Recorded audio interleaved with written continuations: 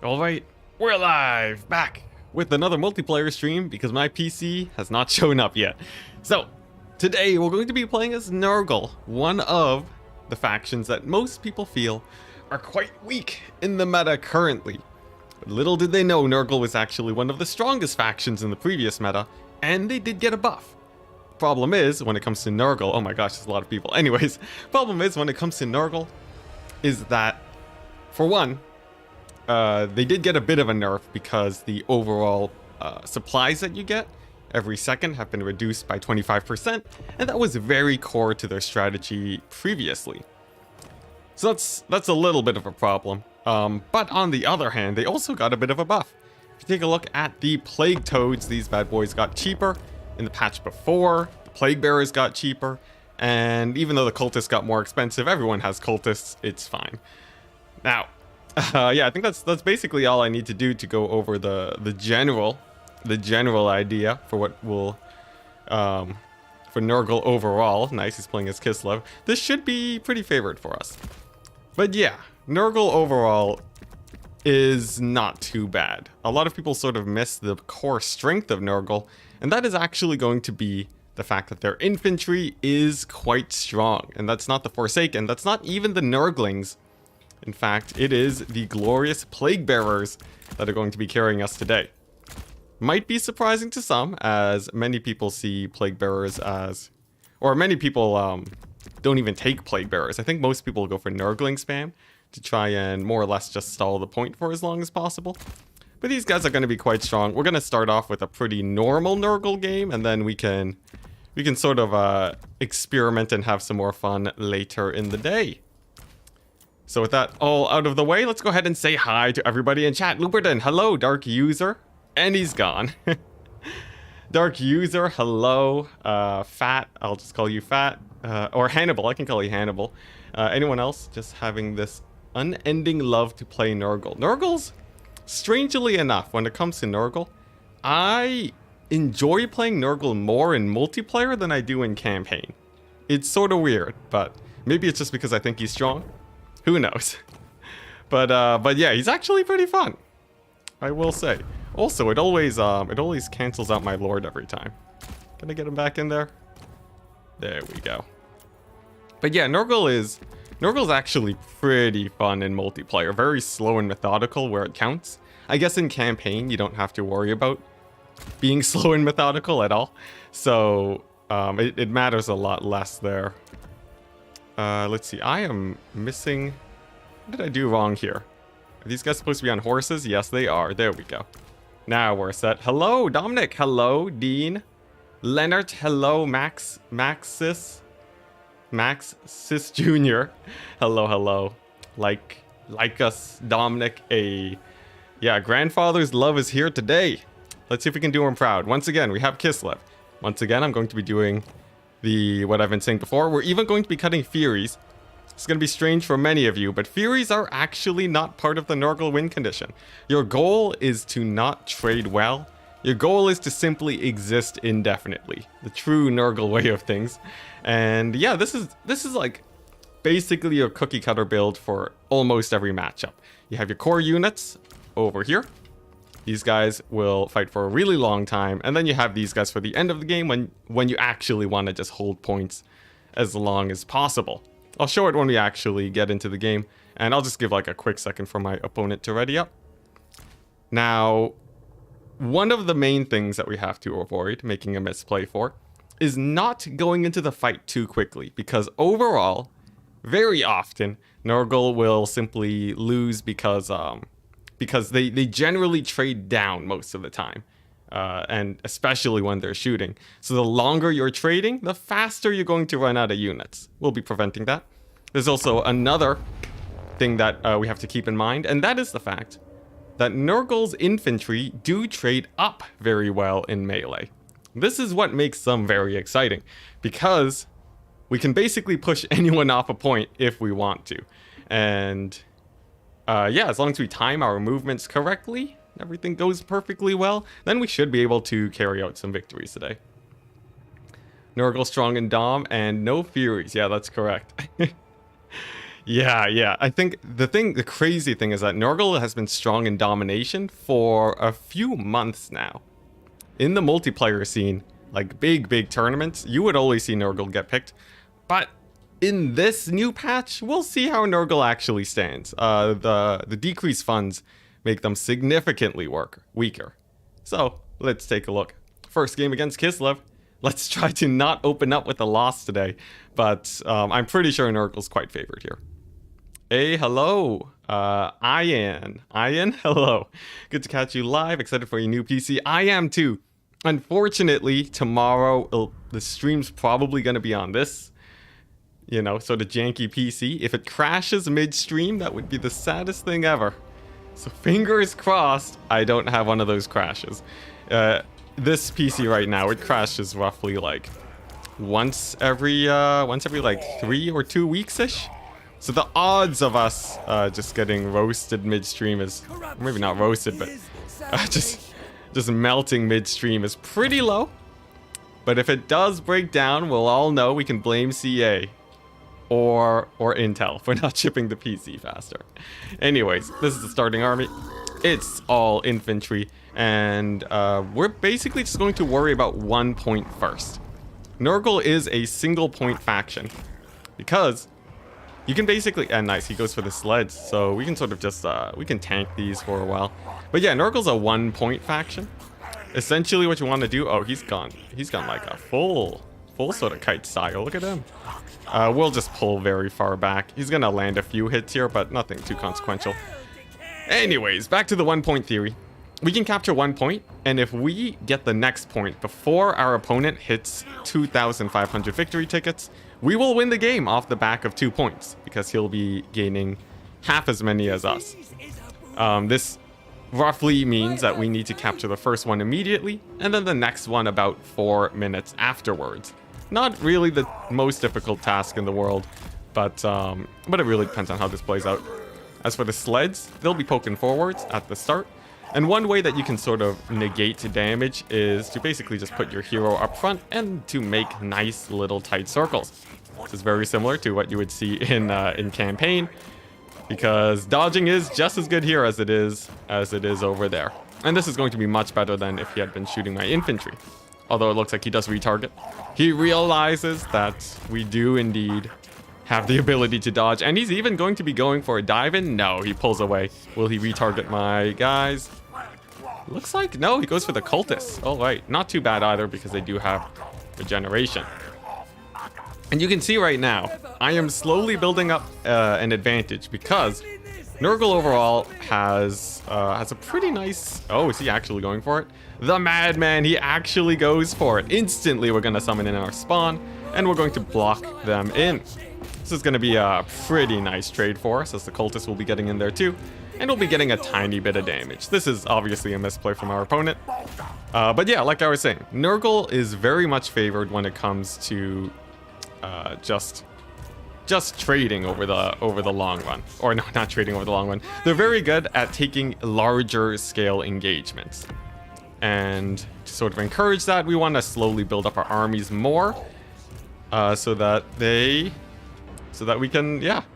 when we do finally engage, the fight's going to be a little bit bigger and a little bit more in our favor. Nice. So, step number 1, we got some Zargard here in the distance, and we're going to show off why Stream of Corruption is one of the best spells in the game. He dodges away, but actually slightly not well enough, and he does unfortunately get caught up by that. My 2 cultists are getting caught up by Kastolton by the looks of it, and this is a good enough reason to pop down a summon, just to give them a little bit more of a safer fight. And even now, we're still not really going to be taking a fight. I have no reason to actually engage this front line just yet, and instead I'm just going to hold the capture points and continue the wait. Because you can see, he's traded about 1,400 gold off of me, but on the other hand, us sort of just sitting around has gone me a lot more value. So I am perfectly fine with the current state of things. He's going to move up with his Zargard too. We're going to hit them with another Stream of Corruption. And now we want to start pushing these guys a little bit back. No huge rush. We can sort of take our time here. And I will summon a Nurgling here to capture this point. I said that they're not especially good in combat, But in this case, they're sort of just, they're just a good idea in general, as I don't want to commit more expensive forces over there. All right, nice. So the first engagement has gone well. We've captured 2 out of the 3 points. And now begins our slow and very steady lead. Of course, the name of the game is damage mitigation for this fight. We want to be avoiding as much damage as we humanly can. That means pulling these guys back and grouping these guys together so that we can get a good old overcast heal on ourselves. Yeah, the second stream of corruption was pretty brutal, not gonna lie. Over here you can see he's focused his forces all in this area. It looks like he wants to capture this point, and I'll just sort of let him take it. I'm perfectly fine having 2 points right now. And there really shouldn't be too much of a problem just hanging back here. I will lose a few units in the distance. You can see we've fallen slightly behind in value, but that is no problem in the slightest. These plague bearers will just constantly, they'll be hanging out over here, and they're perfectly fine sacrificing their lives to hold this point, specifically because it's a fairly low, it's a fairly low commitment, just a single unit of plague bearers. Yeah, MLG Nurgle dodges. We're trying our best here. And nice, there we go. That is a very cost-efficient heal, and that heal alone is going to be helping us out quite a bit. You can see even though we're quite behind in value, that heal will be giving us back a lot more than sort of the poke damage that our opponent is doing. Looks like the Zargard, fear in their eyes. They're dodging very often, just trying to keep out of my streams of corruption, and that's totally fine. We don't have to sort of waste our spells right now. He's going to be continuing to lay down the AoEs. And now he's going to be pulling in over here. And at this point, I do want to take a nice engagement. We're going to drop a huge heal on all of our troops over there. And then soon enough, I'm going to be also dropping down some streams of corruption on his infantry.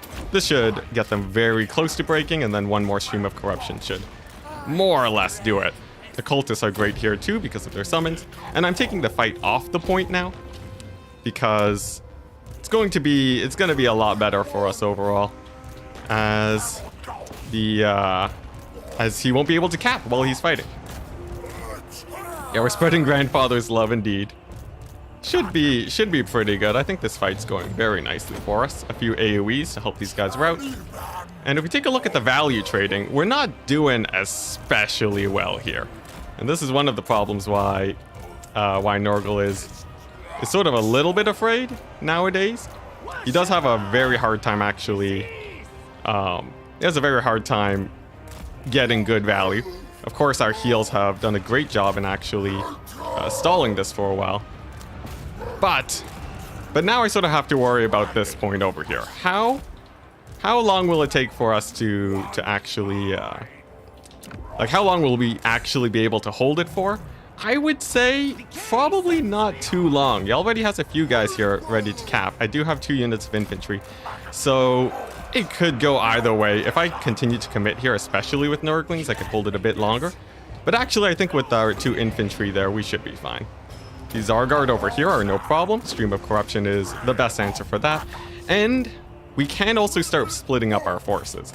So if you take a look at what we're doing over here, we're sending toads on the right-hand side. And these guys are to quickly capture this point over here as fast as humanly possible. I suspect that our opponent needs to commit a lot more forces to win this. So I can sort of split up his forces and sort of get him in a catch-22. I don't know if that's the right way to say that, but anyways, I want to give him multiple problems to deal with at the same time, and if he doesn't split up his forces perfectly, we should be able to steal this point quite quickly. Not to mention, I also have just insane amounts of healing over here, so we might even win this fight. And you can see, our value is starting to climb back up, and this is part of what I said earlier. Nurgle very much favors a melee grind, and we can force it by essentially asking our opponent politely to pool all of his range units on the point. he had two choices, basically to continue trading upwards or to actually capture the points. And in this case, it looks like the choice to move on in was bad for him. And we'll be actually winning this fight. That is amazing for us. Plus, we have the third point. This point over here, he overcommitted, bringing in like almost like 2,000 gold more than what we had put in. And that's going to be very good for us. Over here, we finally have the second point, maintaining those 2 points as a lead.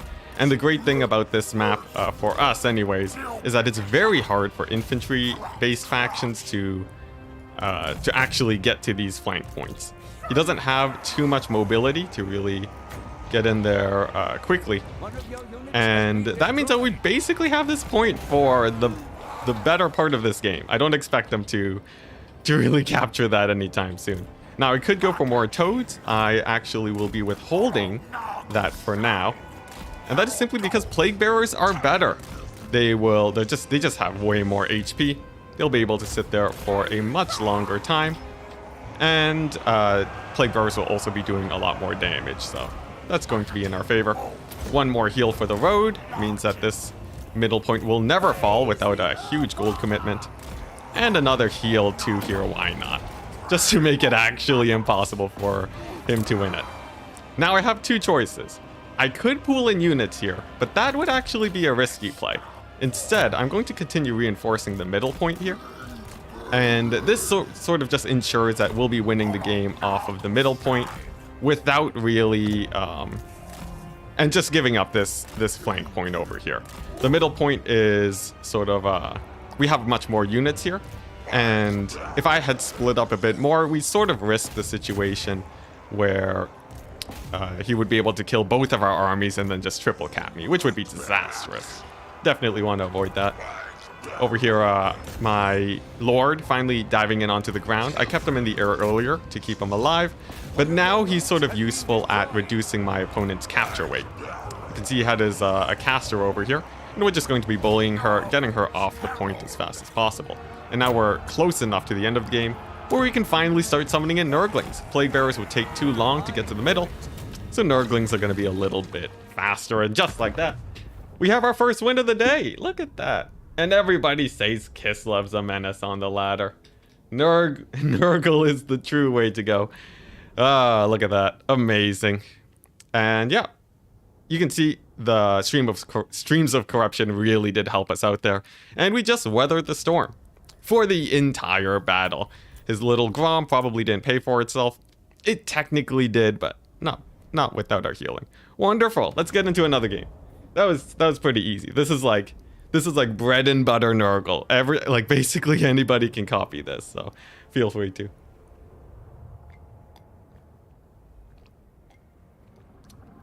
What do I think of Curse of the Leper? Curse of the Leper, is that a direct? Is that like the damage reflect spell? Or is that the healing? I think that's a damage reflect spell. I guess if I don't know what it is, I probably don't think too highly of it. Someone let me know. Phil McDonald asking, hey Enticity, how long did it take you to get a grip on the different gold costs so that you can make these sort of instinctive calculations on units? It took, basically when I got my hands on Warhammer, I was just grinding it all the time. The dreaded flying talker, this guy.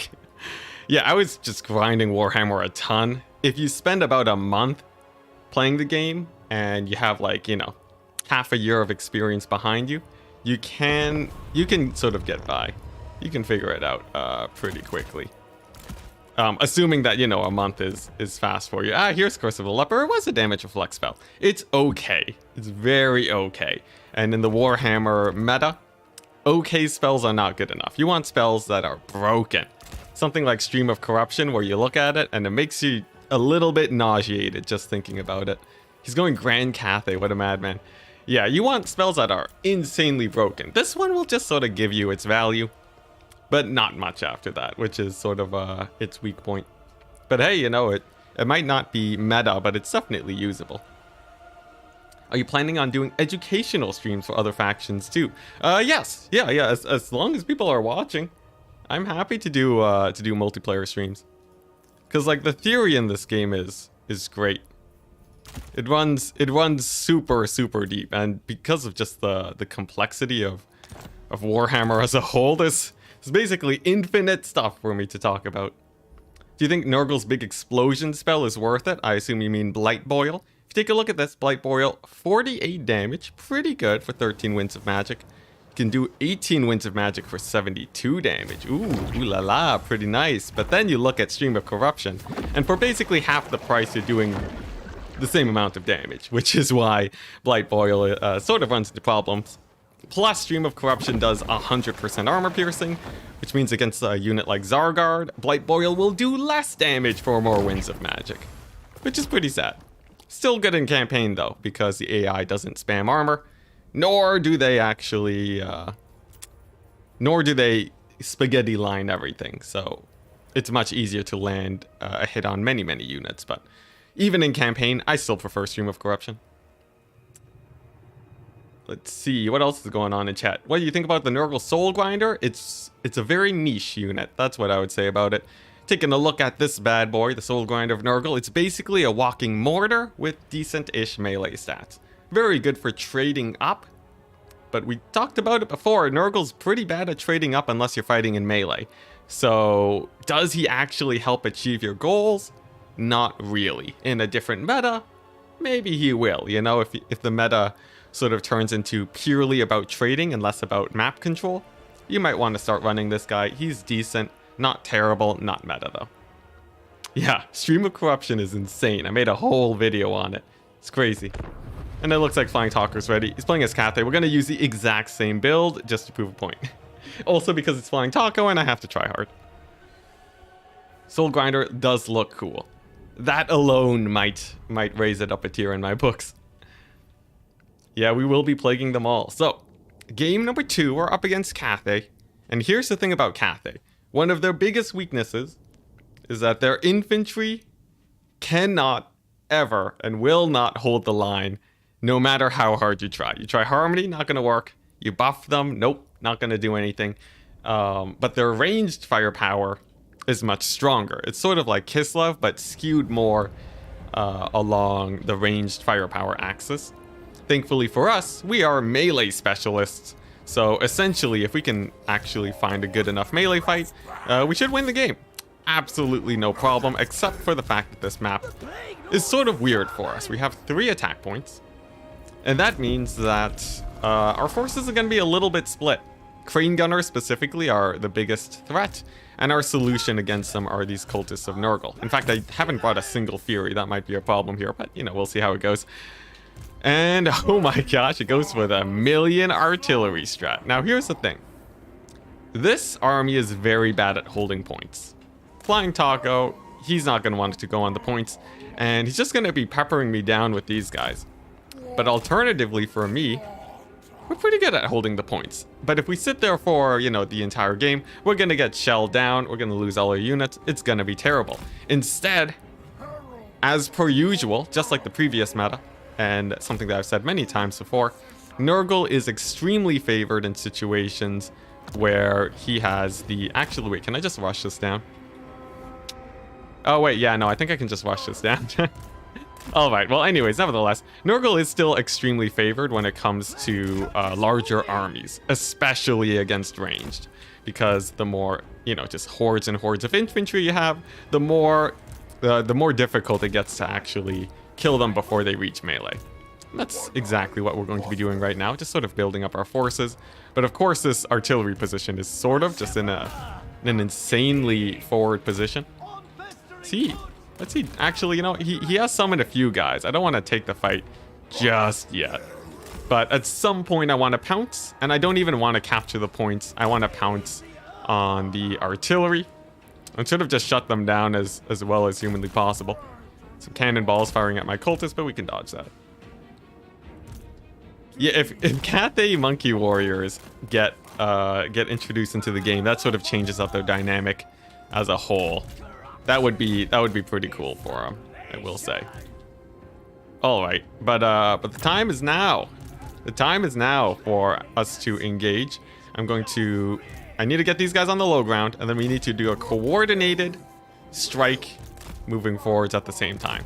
That should be able to do it. Alternatively, I also have Stream of Corruption. And if you take a look at the HP of these guys, you actually can't tell if you select them. But they have abysmal HP values. A single Stream of Corruption should actually ruin their lives. And yeah, that's what we plan to do today. They should be pretty worried, I would say, in the current state of things. Does he have a slow? No, he's gone for AoEs. No! Oh my gosh, we almost desummoned our Lord. I hate this button. Why does it even have a hotkey? Nobody knows. But yeah, there we go. Just the mere sight of my Lord does pull back his artillery. Very good. And now we're going to begin the Death March. The Death March for Nurgle. It's pretty fun. All you have to do is walk forwards and take a good amount of damage. We're going to juke with our Lord here. Sort of just to evasive maneuver those long riders. And all we have to do is get on top of the artillery positions. Longbow riders are going to continue chasing. We're going to land on the ground. And if I can just kill them with these guys, that would actually be pretty sick. Let's see, the death heads are quite strong, but we'll see how much they actually do here. And actually, you know, not a terrible amount of damage. Anyways, cultists want to continue moving forwards. Fire rain rockets are going to do some damage, but probably not enough. And I'm just going to focus on this 1 point right now. As we said earlier, it doesn't really matter if we capture 1 point first and then the second one much later. And in this case, that's exactly what we're going to be doing. Stream of Corruption will prove once again why it is one of the most bonkers spells known to man. And that's because it even kills cavalry. Unlike many other spells in the game. It does actually have enough DPS to do that. And here we go, Chaos Spawn are in. And they're going to be engaging on top of those cannons. My single entities will be dealing with the rest. Yeah, Flying Taco. Very famous stream sniper. He's great though. He's a really nice guy. Wonderful to work with, and also playing in my head-to-head streams. Very, very fun. Alright, so that's one artillery piece shut down. We've taken an obscene amount of damage, but we can now shut down that artillery piece with a summon. And the second guy can deal with the other artillery piece with another summon. Although the cannons aren't actually that high DPS, maybe I just go with the fire rain rockets instead.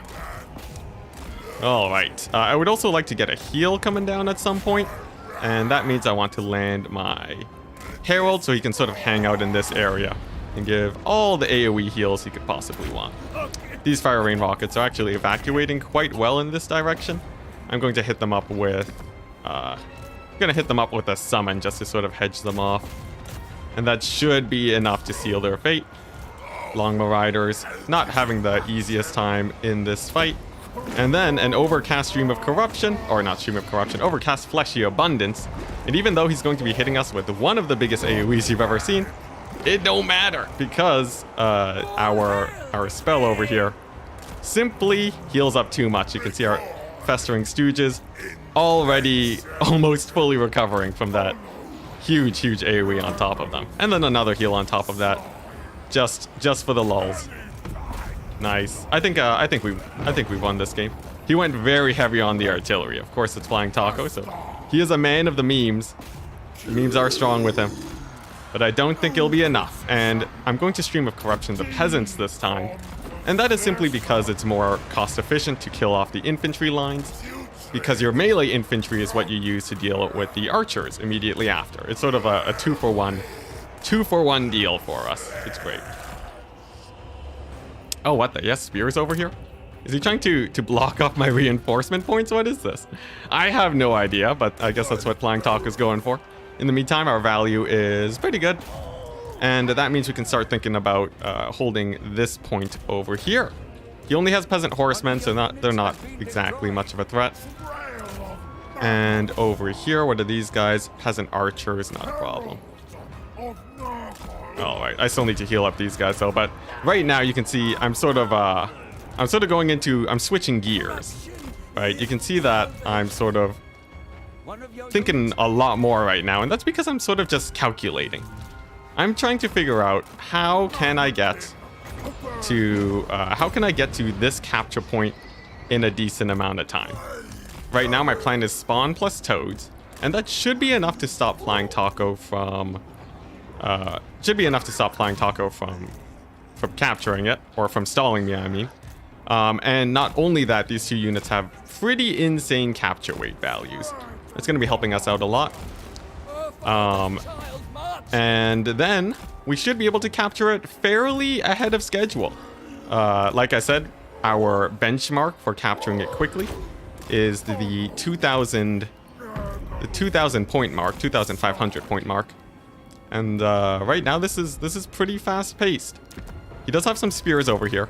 I'm just going to summon some Nurglings just to kill him, because I'm pretty sure the Nurglings trade up in that situation. But maybe I'm wrong. We'll see.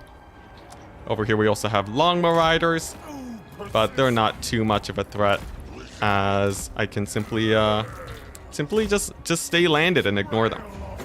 These archers too, a little bit problematic, but actually, you know, not that bad.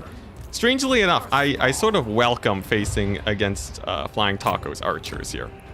Archers as a whole are not especially threatening of a unit, and the things that are going to stall me much longer are of course those melee infantry guys. So let's go ahead and load up another glorious stream of corruption, and we should be able to hit the archers and the Jade Warriors at the same time. Sounds like a good deal to me. And over here now we finally do have this capture point, which means now we should be able to start pulling a lead. My opponent is focusing on he needs to capture this point, which means that he needs to actually pull guys into melee to kill me as soon as possible. But because we've sort of been annihilating his melee troops for the entire game, that's not exactly an issue for us. He basically only has ranged and some cavalry, and none of them are going to be trading well into our units if he's trying to shove his guys onto the capture points. You can see even over here, he has one unit of peasant archers. They're not going to be a problem in the slightest. And this little pocket that picked off the peasant spears, they're going to be going on to this point to shut down the artillery. That's going to be a very nice engagement for them, and that is going to basically mean that Flying Taco, if he wants to capture 2 points, he needs to over-invest in 2 areas at the same time. And at this point, I don't think that's going to be very possible for him. So it should be a victory, but we'll see. We'll see how this plays out. Let's see, these guys, they're just going to be hanging back in reserves. No need to send them out early. And then we'll get some Plague Bearers to start reinforcing the middle point for the late game scenario. I'm sort of focusing on the late game now.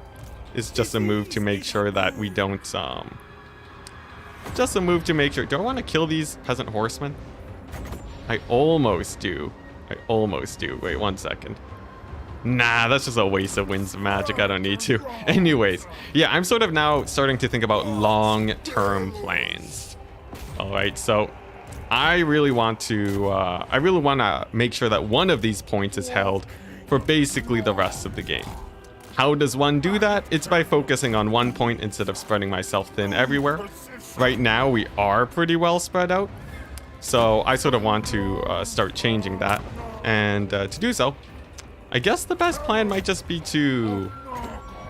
I could continue pushing the center, actually. This is an area that I'm already quite strong in. So let's go ahead and do that. Over here, I don't think, even though he is winning there, I don't think he's actually going to do that anytime quickly.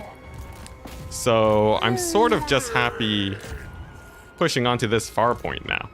Middle point is nice and safe from being captured. And yeah, his only units to capture this are like some really beat up infantry and some archers. In the middle, we've shoved him back. And all the way over here, we're now relocating our lord as a tactical option to really secure this point and lock it down. Do I want to summon Nurglings? The answer is always no, unless you're in the last few minutes of the game. Then you might want to summon them, but otherwise not really. Most of the time you don't want to be summoning Nurglings almost as much as possible. Alright, these fire rain rockets though are definitely a pretty big pain. I want to deal with them as soon as possible. Once again, we're going to be focusing on hitting up the melee front line so that our guys can push in a little bit easier. And there we go, the peasant horsemen, they take a ton of damage and they should be routing soon. Another question. This is also on the test, guys. Should we be summoning in toads? The answer is also no. Spawn are going to be holding much longer. And another question, should we summon Nurglings over here? The answer, yet again, is also no, because we're focusing on holding the middle point. And in fact, Nurglings wouldn't even be able to hold very long because they trade badly into cavalry. So that's sort of the general idea there. We finally push back this area. And once again, Grandfather Nurgle, you have done it again. We're going to be able to probably win this off a triple cap, I think. We've taken a lead in points. And I don't think this left area is going to be falling anytime soon. Basically, my biggest worry is if he gets enough guys over here, that would be pretty bad for us. Are we out of magic? We are. Yeah, if he gets enough guys in the middle, he's going to be able to capture that. Do I even want to put toads there? I think the answer is no. I think the answer is no, because they would be much better suited on these flank points, where it's just going to take him a much longer time to capture. The theory, once again, being we don't want to trade against our opponent. We want him to be doing as little damage as possible to us. And using that, yeah, it looks like we have the win. Yes, the revenge against Flying Taco. I could finally look at chat. This guy's way too stressful to play against, guys. Oh my gosh. Yeah, toads are pretty cool, it's true. Someone spilled Cathay all over the map. Yeah, honestly not a bad choice. I'm surprised he didn't go for the crane gunners though, as they can do insane damage, but maybe the map's just bad for them. This flank point over here, I guess I'll summon Plague Bearers. Nah, I should have done Nurglings because the game's gonna end soon. But yeah, like our ability to hold up points when we haven't been taking a lot of damage is insane. Even with his like 3,000 value lead, we've managed to hold all 3 points, and he only just barely gets the middle point by the very end of the game. Toads are the best ward cover cav in the game. Also true, it's true. If that is your preference, that is the unit you want. But yeah, it's the biggest conundrum for these infantry-based factions is that they really rely on, they really use their mobility to actually get on the points after they've pulled an advantage. But they don't actually cap very quickly. So all these factions they'll pull an advantage, but they'll still lose just because they can't actually make use of it by the end of the game. Oh, someone's calling me? It's spam mail. Who would have guessed it? Anyways, yeah, fire rain rockets were pretty scary, but obviously the mass artillery is a meme build. He was not ultimate tryharding, and we sort of just weathered the storm. Pretty good. Nice. That's win number 2 in pretty quick succession. Look at that. This is already going better than Slaanesh. One of the reasons why I say Slaanesh is not the best faction. Not one of the best factions. Probably one of the worst. Sorry, don't mind me. Turns out running Warhammer does turn your room into a pressure cooker. There we go. Let's see. What's he playing as? We don't know yet. Do another Toad-only campaign? You call it Total Wart? That is amazing. Although Toad-only campaigns freak me out, because these toads are just so bad at trading, and in campaign that is really what you want. What type of unit do you think Cathay needs to be more competitive? They need a fast unit that can capture quickly. So like Monkey Warriors would actually be pretty good for that. Yeah, and that unit, they also, oh, this is terrible. He has our worst fear. He's playing as Tzeentch. Now Tzeentch is a conundrum. We want to have we basically want to have a Knot Lord. Here we go. We're gonna have a single Nurgling. Who lives here? Sure, you know, I'll go for a Herald. He'll go on his Rotfly. He's going to be playing it very safe, mostly just hiding in the forest. Let's see, I need to act quickly. Oh, thankfully he gives us some extra time. That's nice. Yeah, this is a bad matchup because Tzeentch can pretty easily just shoot our guys to death. Tzeentch is one of the only factions that has fairly fast capture weight and also high enough DPS to shove Nurgle around. Thankfully, we do have a few options here that will make life a little bit better for us. We just want a few units that can reach melee, the toads, and then we want some guys that will actually be able to hold in the fight for a long time. That's going to be mostly our infantry. I would love to fit in another toad unit. Nurglings are also actually... they're actually not that bad in this matchup. I'll get one more of those. And then... there we go, 2 more toads. This Beast of Nurgle's here just sort of a capture weight, so we can capture very quickly. But this matchup overall is gonna be pretty rough. We'll see how it goes. Make him croak. The puns in chat never cease to amaze.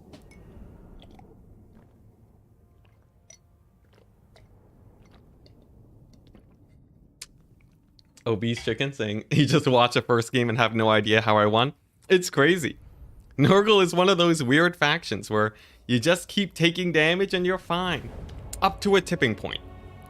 And that's their interesting part. You either hold forever or they kill your entire army and you have nothing left. You'll notice that in all of these games, I'm finishing them with a good amount of infantry left. And that's all because we work very hard on making sure that we don't take a lot of damage. Speaking of not taking a lot of damage, Tzeentch is a menace. This guy, he is in danger, and we want to keep him as safe as possible. That means mostly hiding in this forest for the entire game. Yeah, Friday is Toad Day. Oh man, yo guys, the stream tomorrow, if it goes smoothly, it's gonna be glorious. I'm expecting like a 6-hour tournament stream. And that's gonna be a lot of games, a whole lot of casting. I'm hoping that there's a good amount of attention we can draw to it.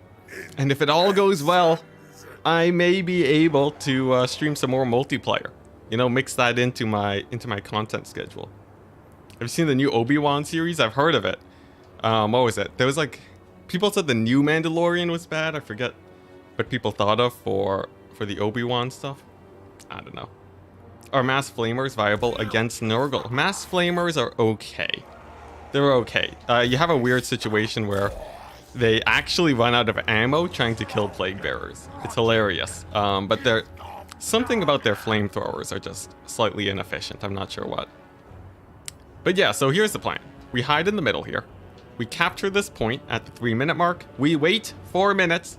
And at the 7-minute mark, we would have already pushed here and captured this. Alternatively, I could go for the high ground, but this is like a fairly nice... Actually, is it? Let's see. If we go here, we can intercept here, but he has fast reinforcements. It's a little bit of a question which point is better here. I would say this point. Like, and by the way, we're waiting right now because I don't want to trade.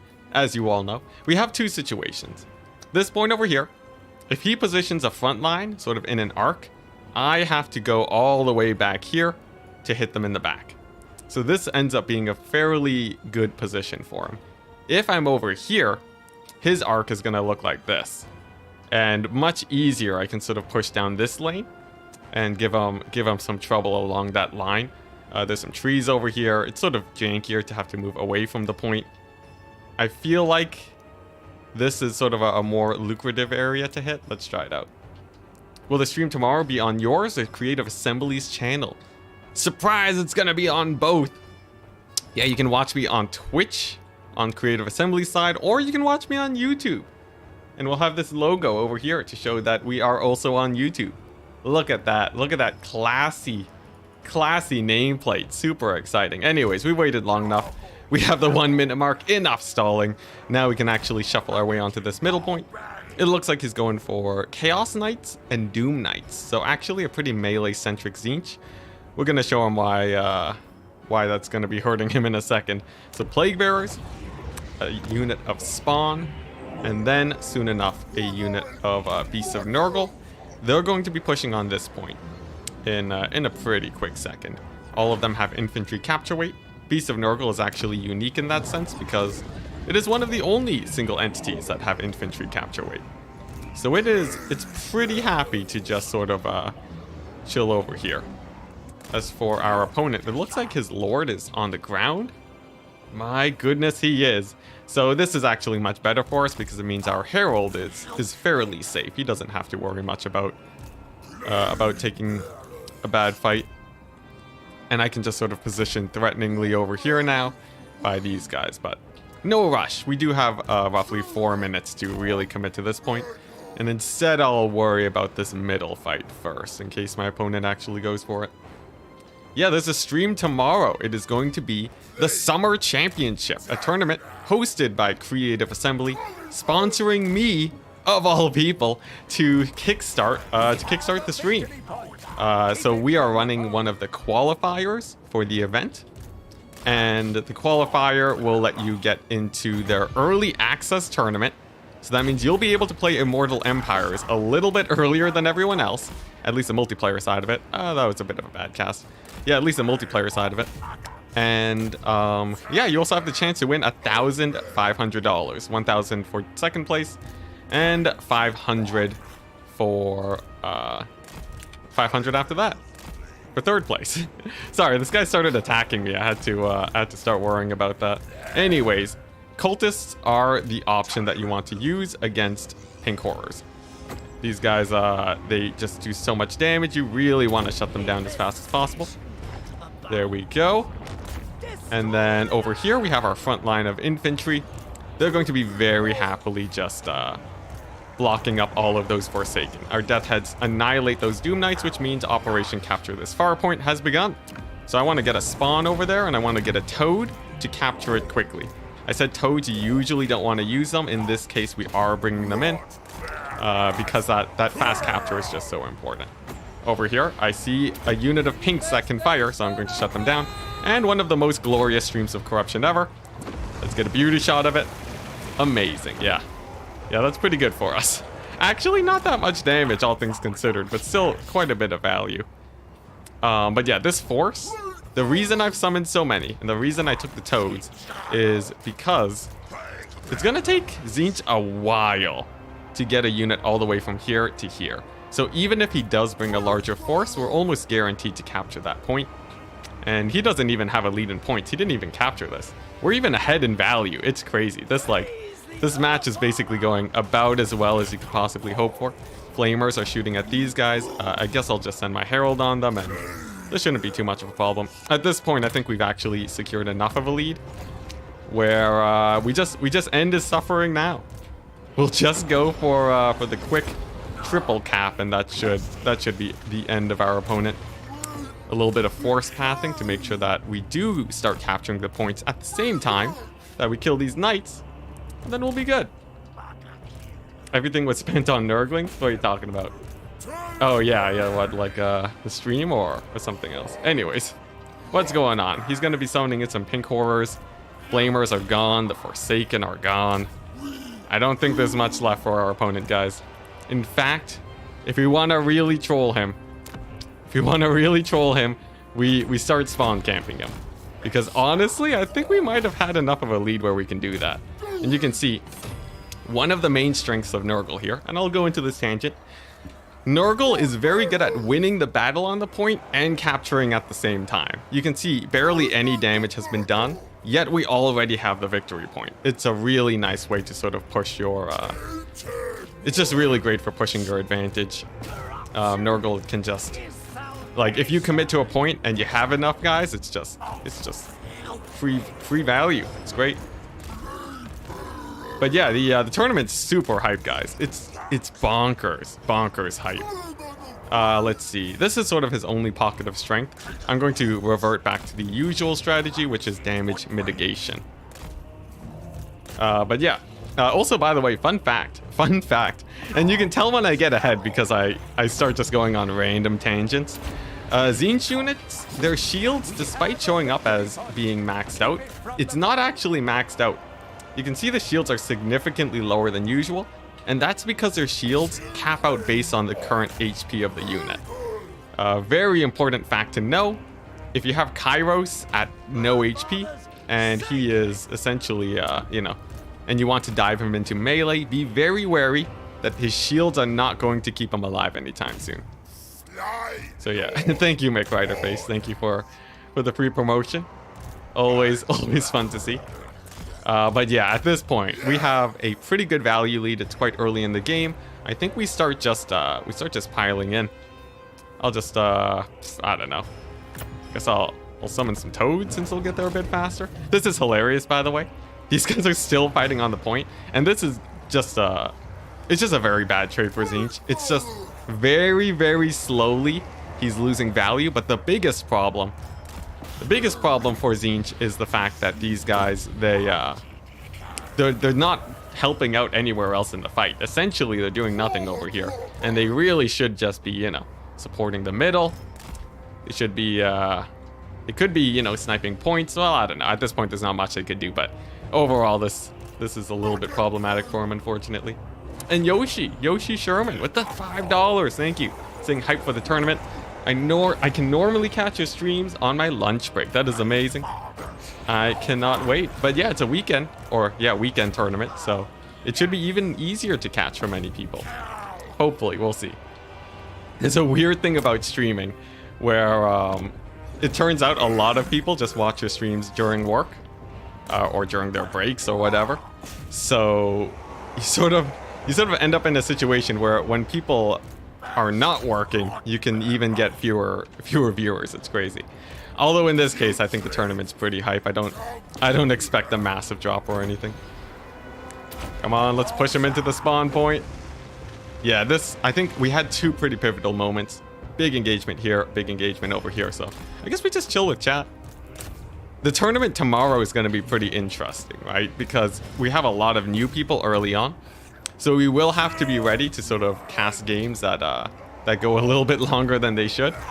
So I have devised some sort of time burning measures, like talking about matchups, talking about favorite players, talking about going over the overview of the game could also be quite good. And then hopefully we get a pretty good cast. This is like, it's probably going to be one of the biggest tournaments I've casted ever, so that's quite exciting. New player bullied, yeah, that's true. Yeah, this guy, he's having a rough time. Although, you know, he might kill my Herald. There's always a chance. Any well-known players participating? Oh yes, like a ton. I think basically like all of ODM is part of it. I think let's see, let's scroll down a little bit. Yeah, we have a ton of ODM members, even some of the old school folk that haven't been playing for a while. We got Zone, one of the best players right now. Is there a house plant? Control F, house plant. No, house plant hasn't signed up. Flying Taco though is there though. For all you Flying Taco fans, he'll be playing. How long will it be for participants? About 6 hours is how long you'll want to set aside. If you plan to get into the finals, yeah, that's roughly what you should be thinking of. Make sure to set aside some time for breaks, and make sure that you don't burn yourself out by the end of the tournament.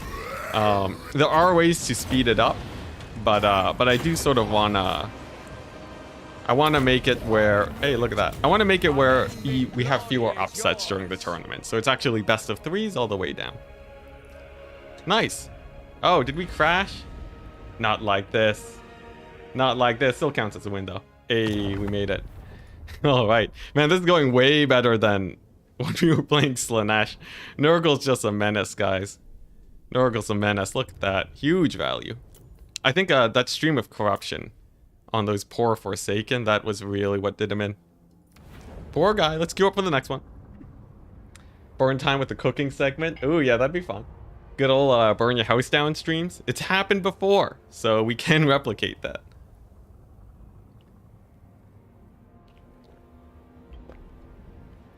Yes, Flying Taco, I want to see the memes. It's got to be meme builds all the way till the finals. That would be great. Will Turin participate? I think he might, but I don't think he intends to win the tournament. We'll see. Turin is an amazing domination player, though. I played some practice games with him the other day. He's bonkers good, guys. Not just a caster. Although, yeah, I don't know how he does it either, but I think he just has such a wealth of game knowledge that he can be quite terrifying. There we go. I'm going to load in. There we go, this army. That's gonna save our army building time a little bit. Enticity, would you recommend greater demons after they got free spells? I would say probably not. Probably not. Most of them don't do too well. Let's see, the Zinch ones, the Slanesh ones, yeah. The spells are pretty low impact. If you actually look at the value gain, they only make you like 50 value, 100 value on even pretty good casts. Like optimally, the best case, the 2 spells between them, you'll get like 300 gold value. If you compare that to the cost of the unit, it's just they're so expensive and don't have a lot of presence. But you know, it's not the worst thing in the world. We got another Tzeentch player. It's gonna be making our life hard. What do we want against Tzeentch though? What do we want? I honestly don't think we need Furies, because Furies are a unit to get a job done quickly at the cost of cost efficiency. And that is sort of a problem when we're worrying about having enough units to last to the late game. So no Furies today. What's your faction tier list for Dom? I haven't played enough games on this meta, but roughly I would say Khorne at the top, maybe Khorne, Kislev. Actually, I would say Khorne at the top, because Khorne trades amazingly well in melee. And is much faster. It's like he's Nurgle, but on steroids. Then we have maybe Nurgle or Kislev fighting it for second place. Below them, I would say... I would say probably... Ogre Kingdoms. Ogre Kingdoms is a good contender. They've always been a nice middle-of-the-road faction. And then below that, you know, we have the nasty bunch. You know, the Kislevs, or not the Kislevs, the Cathays, the Slaanesh. Slaanesh is definitely rock bottom. Am I forgetting a guy? Tzeentch. Tzeentch is right beside Ogres, probably a tier higher in the recent patch.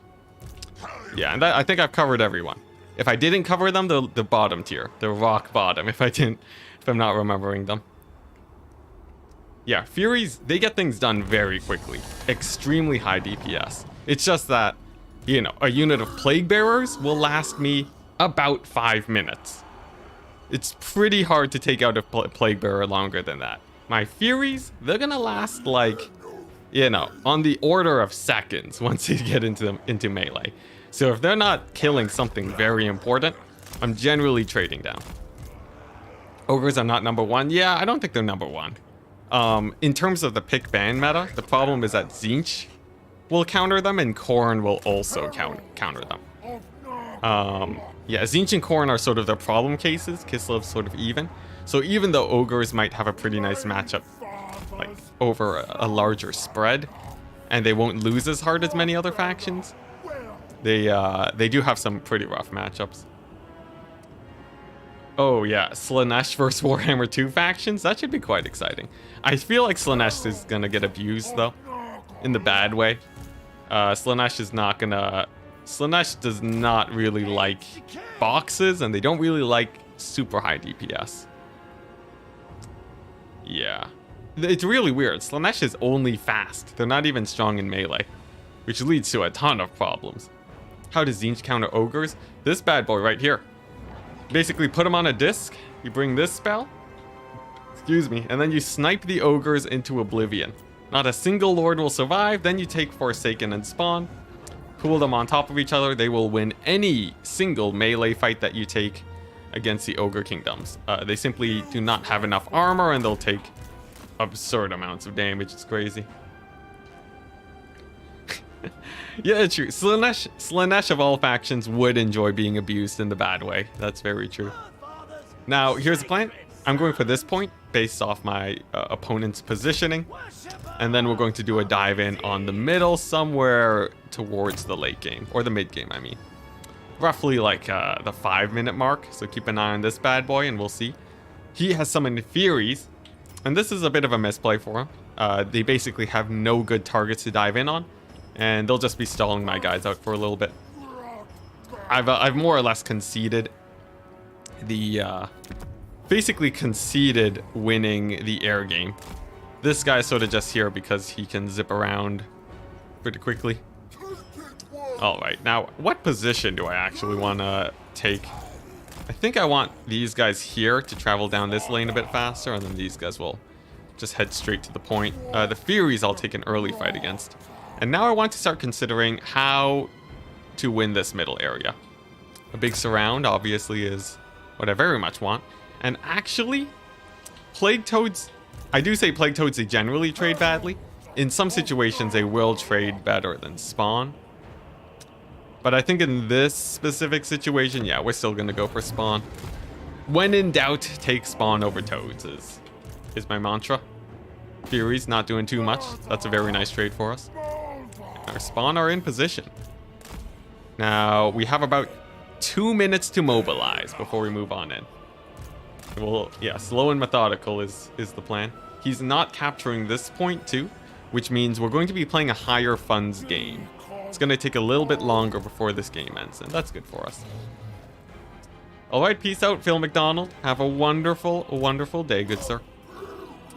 Let's see, one more spawn over here for the road. And then probably a plague bearer is what I want. I would say, yeah, let's go ahead and do that. Alrighty, we're getting pretty good value over here with our herald. What, 550 supply value? That is huge. And also the number seems to be, no, only 500. There you go. The rest was disintegration, I guess. But yeah, how do we want to take this fight? I guess we keep waiting. I guess we wait for our opponent to push forwards and get a little bit more out of position. Tzeentch is quite scary. He can very easily take very nice engagements against us. So, yeah, our plan of waiting for an engagement is better, as it means our army will die a bit slower in the worst case. Cathay will likely climb up once they get the Monkey King DLC, most certainly. Most certainly, if they don't become a top tier faction after that, I don't know what's gonna save them. They need a fast unit. Terracottas are almost there, but they're just a tiny bit too expensive, sadly. Alright, so we have an interesting situation. Our opponent has pulled forwards. It looks like he does want to take a big melee grind. And I think we give it to him. I think it begins. So here's the plan. We have a flank over here. We have our cultists diving in onto these pinks. They should be able to do quite well, but there is a back line of pink horrors that we want to shut down. There's also flamers. Not the scariest thing in the world. And actually, he spaghetti lined his units. The siege battle conga line has arrived. That's not too much of a problem though, as it's actually great for us because it means that it's just gonna be pooling in here and lobbing up super duper hard. That summon's gonna do great for us, and our spawn are going to be tanking for our plague bearers, exalted ones, to throw out their death heads. That's going to be doing insane damage, and you always want to make sure that you use your death heads with your plague bearers. It's just, it's very, very good value. All right, and there's our first stream of corruption. It does absolutely amazing. And we do have a few flamers, but actually they pull in a little bit too close, and it looks like they're going to be burning up in the sun just a little bit. In the meantime, Nurgle, what you always want to do, you want to be capturing the points while you win the fight. And in this case, we have more than enough capture weight here. We'll have that point in no time, and then we can actually hit the backside of my opponent. And that flank should more or less just melt his face off, no problem. Yeah, Monkey King's gonna be great. I think that's gonna be, honestly, just huge. Huge for Cathay multiplayer. I still don't think, they still run into a few problems. But like, you know, every faction wants an Exalted Bloodletter type unit. If they can get that, then they're usually pretty happy. So it really depends on how elite those bad boys are. Also, look at that. Our Exalted Plague Bearers, they use all of their ammunition, and they got barely no gold value. Well, that's disappointing. I really thought they would have done better. That's weird. I'll have to reevaluate my play then. Anyways, in the meantime, it looks like our opponent has managed to push down here, surprisingly enough. Which means that I'm just going to be, you know, putting in the game-changing play here. Stream of Corruption and all those Forsaken. Suddenly, this is looking way better for us. Yeah, Stream of Corruption is a spell that you want to use to basically swing the favor of any fight going your way. And actually, you know, Tzeentch is trading so badly here. I think we're back to ending his misery, guys. I hate to say it, but yeah. If you have a value lead this heavy against Tzeentch, there's basically nothing he can do. Yeah, we'll just camp this point and carry out the victory. Look at that, all the Forsaken running out. Quick rider face. I don't think that's how the Monkey King is gonna play. I don't know. Something in my gut just tells me that CA wouldn't go that far. Although, technically, they did go that far when it comes to Nurgle, but, you know. Who's counting? What do you think the Vampire Counts versus Nurgle matchup is going to be like? I think Nurgle wins it. Vampire Counts... well, Vampire Counts have breath attacks, which is very good. They also have faster single entities. It really depends on how well... Oh, that's unfortunate. I didn't even see it and I dodged it.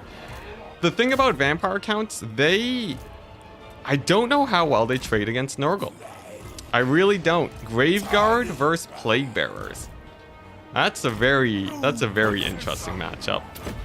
I feel like the Graveguard lose it on account of being a little bit more expensive. Nurgle has an absurd amount of healing. And the Vampire Counts would have to worry about breath attacks to win it. I don't know. It'd be a pretty close fight. They both have Mortis engines, which is scary. But it's true that Nurgle has very scary single entities. Like, Great Unclean Ones are just unstoppable. Unstoppable units. They're terrifying, man. Same player as the last game. Zinch having a rough time. Yeah. Oh, I didn't even realize there's the same player. Surprise, he did mix it up a little bit, but yeah.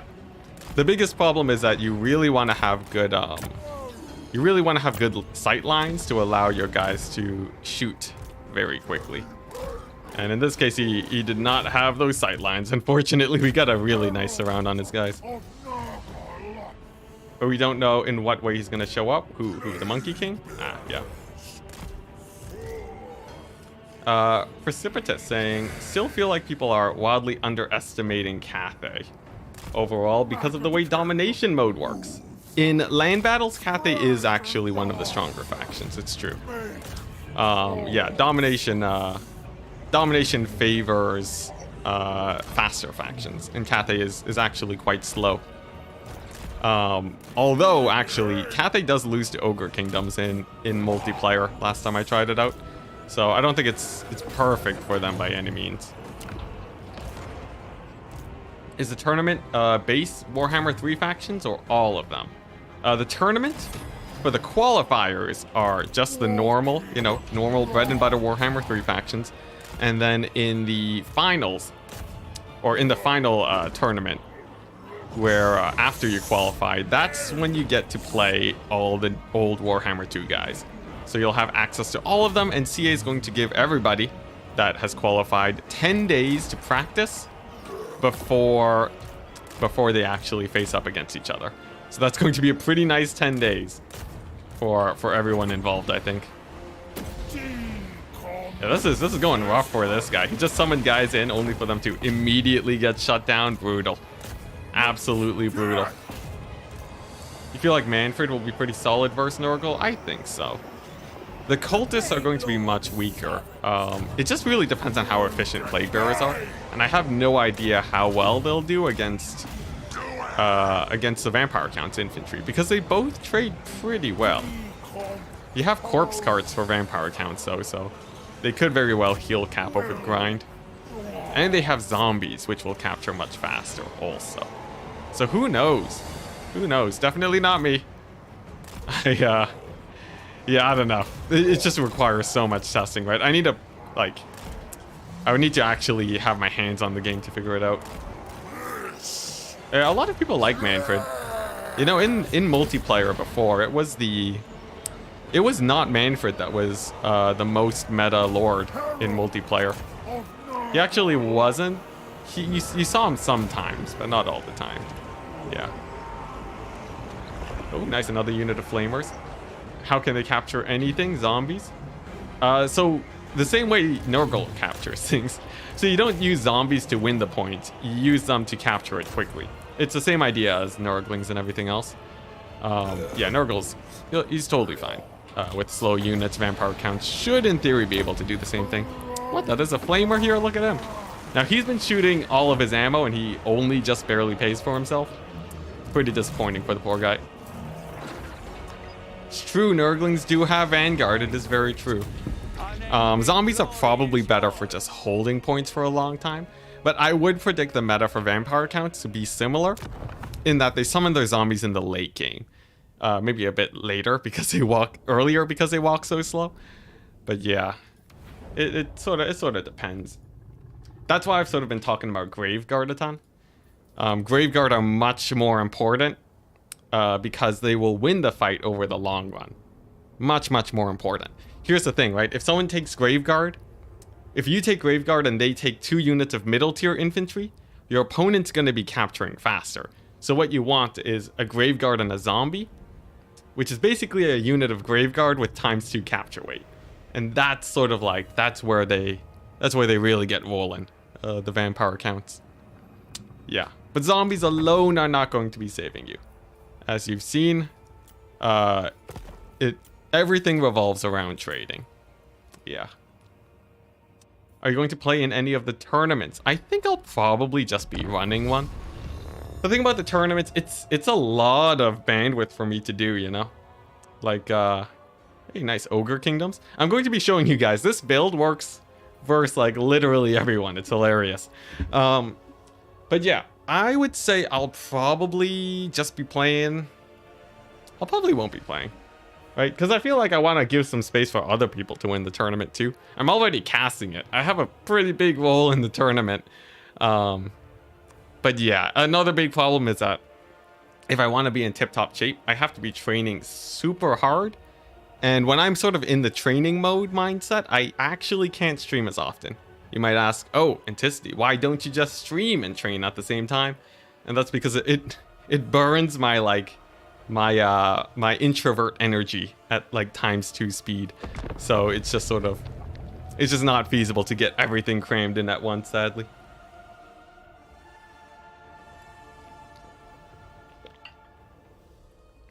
Sir Tarquin saying, don't go easy. I want to see my skill level for tomorrow's tournament. Ah, I see. Well, I'm excited to see this then. We're facing against Sir Tarquin, so it's a viewer matching up against us. He says don't go easy, and this is basically the most meta build you can take against Ogre Kingdoms. So I wish you the best of luck, good sir. Yeah, I would say my skill level right now, there will be players that that will do better than me. I think one of my strongest skills is my ability to play the pick and ban meta. I'm very good at manipulating that to get good matchups for myself, where most people sort of focus on a single faction that they're good at. Yeah, so we'll see how you do well against here. If you manage to win it, I would be very surprised. If you have an ogre build that just runs over this, that would be almost meta defining. So I'm excited. The thing with the Precipitous saying, the thing with vampire accounts in Dom is that they get 40 army slots. There's almost no reason to not have 5 zombies. That's true. Yeah, lots of zombies, lots of skeletons, but they still need to trade up. It doesn't do you very well to be losing slowly. Because if you're always going to be losing the melee fight, your opponent can play a lot more aggressively, which is obviously a bit of a problem. All right, here we go. Start the battle. We can get into the game. So here's the plan, same as usual. We want to get spawn and we want to get a lot of plague bearers. These two guys, best options against ogres, bar none. Jeremy saying, do you think some of the more laggy but high-end players, like even Sarah Void, are going to be able to participate? I know they often have issues in the tournaments with lag. Yeah, in this case, CA, there's a couple things that make it where they can't play, unfortunately. But CA have said that they can't they can't send money to specific parts of the world because of political problems. So yeah, I guess we'll just say that. But also they've also said that you need a pretty good connection to play. So unfortunately, I don't think they'll be able to play this time around. It's a bad situation for everyone. But I guess I'll sort of leave it at that. Yo, let's see if Sir Tarquin can do it. For his build, you can see he's gone for another high value trading build. Scrap launcher, insane value. You got the man-eater pistols, high DPS too, along with very good value. But not a lot of capture weight. He has Nobblars for that, but Stream of Corruption is going to be routing them off more or less instantly. that's going to be a bit of a problem. Send an iPad easy? Yeah, totally. What strats would you use against this Nurgle build? Generally what you want is either insane DPS, kill out the entire army before they can win it, or you have to win in melee. So Corn Spawn plus Exalted Bloodletters are generally what you want, because they actually have high enough DPS and they will kill Plague Bearers. Ogres have a bit of a harder time. They don't really have a unit that can kill Plague Bearers in a fast amount of time. And it's sort of the same with Cathay, right? Crane Gunners have a problem. So it's really just Tzeentch, Kislev, and Khorne that rock the DPS to take this build out. Anyways, here's the thing. He's going to be going for a triple capture here. I think we stalled a little bit too long for our capturing today, but this is totally fine. Yeah, we can just we can get the 2 cap sort of very quickly, and I think that's going to be our advantage here. But I do need to basically capture these 2 points and hold them, is sort of the goal here. I can also summon a unit of Nurglings here, but he's just going to summon reinforcements, and that doesn't really help me out. I want to summon them after this business sort of starts getting underway. In fact, I'd almost rather summon Plague Bearers there, just to give them a hard time, but yeah, this'll do. We'll see, though. I feel like I'm pushing... I feel like I did this a little bit too slowly. I should have gone into melee way faster. We'll see. My misplay may have done me in. Yeah, this build is... you do have to really worry about, you know, sort of screwing up and making the wrong decisions. Ah, he does have a million guys here. Ah, that's why this army seems so small. He actually really reinforced that point. So this ended up being a misplay for me. The Nurglings are basically dead gold at this point, because they're not going to help fight there or anything. Alright, some Noblars move up. Thankfully, he doesn't capture this point, which buys us a little bit more time. And I will just continue summoning Spawn. They are by far the best unit for us to be bringing on in. He has some Trappers over there, or possibly some Gorgers. Also not too much of a problem. And Spawn are coming in. Now, one of the advantages that I have is that he's pretty committed to a melee fight at this point. And given that the fight's happening now, I feel like a melee fight is just in my advantage. We might army wipe our opponent here in this battle. We'll see, though. We'll see. It could sort of go either way. Are Khorne Minotaurs worth using? I would say no. Yeah, generally no. Problem with Khorne Minotaurs, they're just too expensive, sadly. But I wouldn't say they're terrible, just off meta, especially because they got a buff recently, which is pretty nice for them. Alright, so these Noblars are only problematic in the fact that they slow me down from capturing this point. I'm gonna normal cast a Stream of Corruption, because that should be enough to just rout them off pretty easily. Over here, we'll just sort of send all of our guys into the fight. Those ogres are routed, and I think we have a pretty decisive victory in these initial areas. He summons more Saber Tusks, and their big problem is that they simply don't really trade well. So I think that's going to be winning it for us. Our cultists want to relocate now, as this point is very well secured at this point. And I just want to pull everybody in onto this guy. I have until the 2,500 mark to capture it, which is a pretty leisurely pace. He has 2 points, and he's going to be getting 600 gold, or 600 victory tickets per second off of 2 points. And that means that we have like roughly a minute, a little bit over a minute actually, to take it. So quite nice for us. Cultists are now shoving the man-eaters off the point, and our sheer capture weight here is going to be doing it. A heal over there to increase the capture weight is going to be great for us. And this pocket over here looks like they should be pretty good. Another big AoE heal is exactly what we want. And now the big grind fest begins. We don't have the capture just yet. I'm going to summon 1 unit of toads because time is ticking. We do want to, you know, time is not infinite. So we do have to get this pretty quickly. And the biggest thing stopping us right now, the Gnoblars. They count for way too much capture weight. So I'm going to route them off as fast as I can. And that should swing the tide in our favor pretty well. Let's see. I think I'm going to save up for spawn because time is not of the essence. And let's see if we can get this. It's going in our favor. More guys are routing off, but another Gnoblar unit comes back in. We still should be gaining in value. And because we have this point over here, it does mean that we have a little bit more leeway. Right now we have an extra like 500 gold of leeway. So that's like a roughly another minute before we have to really worry. One more stream of corruption. This is not for value, it's for capture weight. And just like that, with those Gnoblars running off, I think we're good. I believe us to be good. So now this is pretty good. I'm now going to be able to reap the rewards of summoning these spawn because I have just really good units for trading up.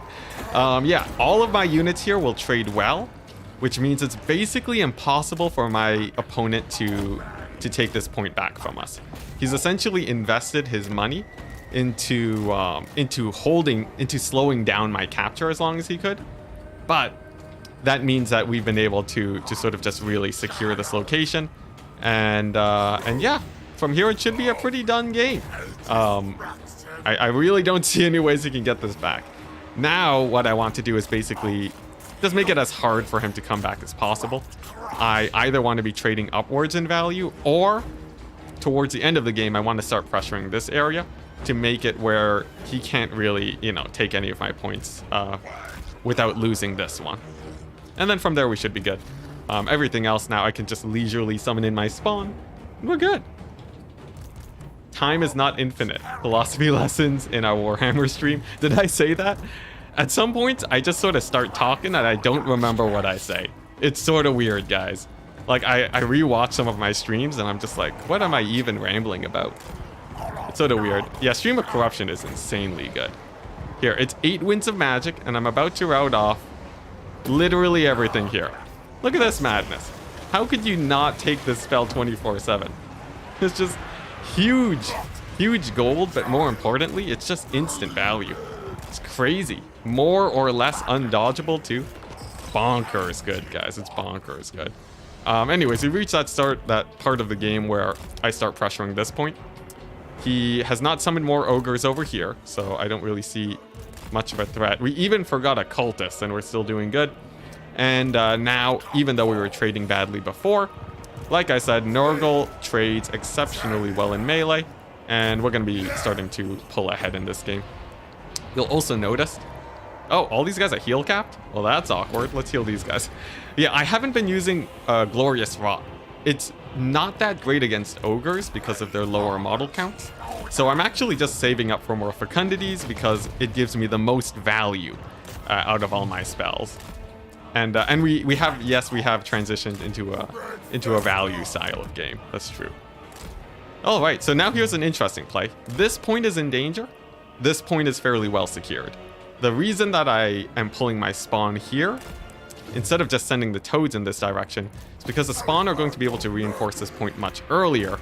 And this point I don't really care about. It's just there for capture weight. So if that doesn't really matter, then yeah, if it doesn't...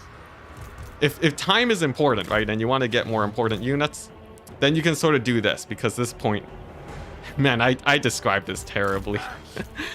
Let's reset. You want... If this point is in danger in roughly 3 minutes, this point is in danger in roughly 1 minute. I move my spawn here because it's a 1 minute movement, and then I summon toads here because it's a roughly 2-ish minute movement. Way better because it means that I'm reacting sort of at a faster pace. Plus I get to pick and choose which units I want to send over, which is amazing for me. My opponent has summoned some units up here to defend the high ground. And this is just a distraction. I know that I'm going to be winning this battle off of these 2 points, so I don't really have to commit more up here. I can sort of just chill. All right, there we go. We're done. We're done going through our different possibilities. At this point now, I do want to cast Glorious Rot, because it is pretty good against trappers.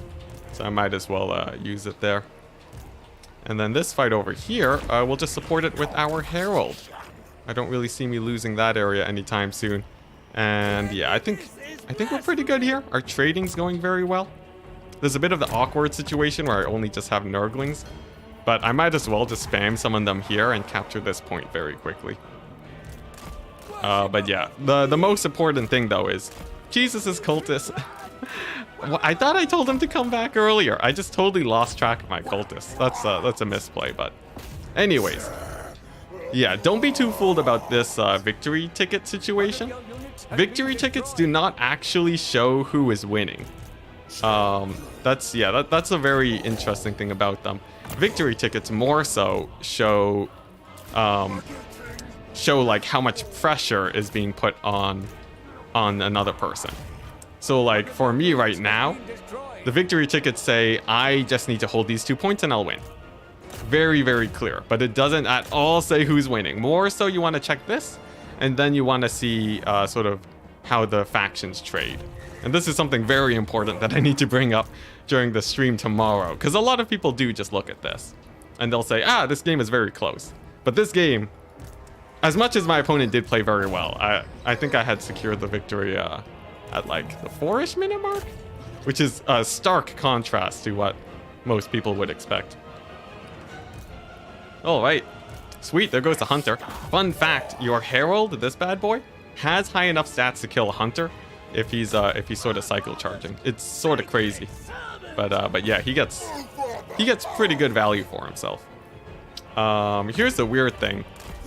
We actually we have so many extra resources. I should have been desummoning my units, but it's totally fine. It's totally fine. We're good, and we finally hit the tipping point for the points where we're good. Where we're ahead. We can even lose 1 point now, and as long as we hold 1, we'll still be winning. Very, very nice for us. Herald is insanely good. Mobile stream of corruption. Stream of corruption on wheels. You could not ask for more. It's wonderful.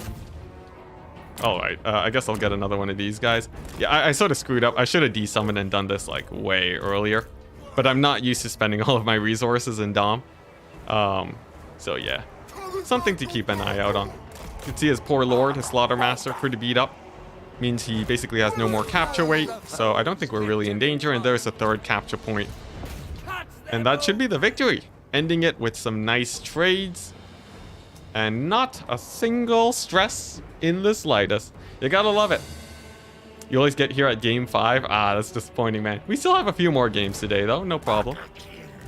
All right, let's go ahead and bounce back over here. And then, yeah, this point is more or less secure. GG! Match is done.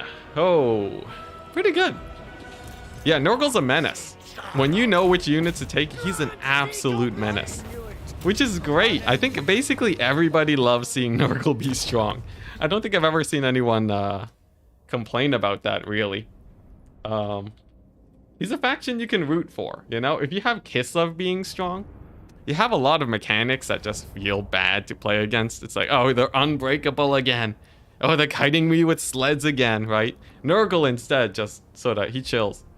Hey, and look at that. We got the bots. All right, let's go ahead and hide and report them. There we go. Today is not Slaanesh Day. Get out of here. Come another time. All right. Sweet. Jeremy, hilarious. All right. You complain about Nurgle, they're boring. It's true. You'll get a few of them. I guess I was too hard on my stance, but yeah, we're like easily raking in more wins than Slaanesh. This is hilarious. Big Sarge, hello. Happy to have you here. How about some great unclean ones? You know what? He's playing Cathay. I'll take some great unclean ones. Let's have some fun. I will take. Do I go for Kugath? Kugath is pretty fun. Let's see. He will die to cannons, but like I do have the 2 cultists here. Let's try him out. I think at this point, right? Let's pizzazz it up a little bit. There is still the scary point where the moment you start taking apart this build, it it will start being a little bit less less efficient. But if he's playing Cathay, like, you know, what's really to worry about? Actually, no, if he's playing Cathay,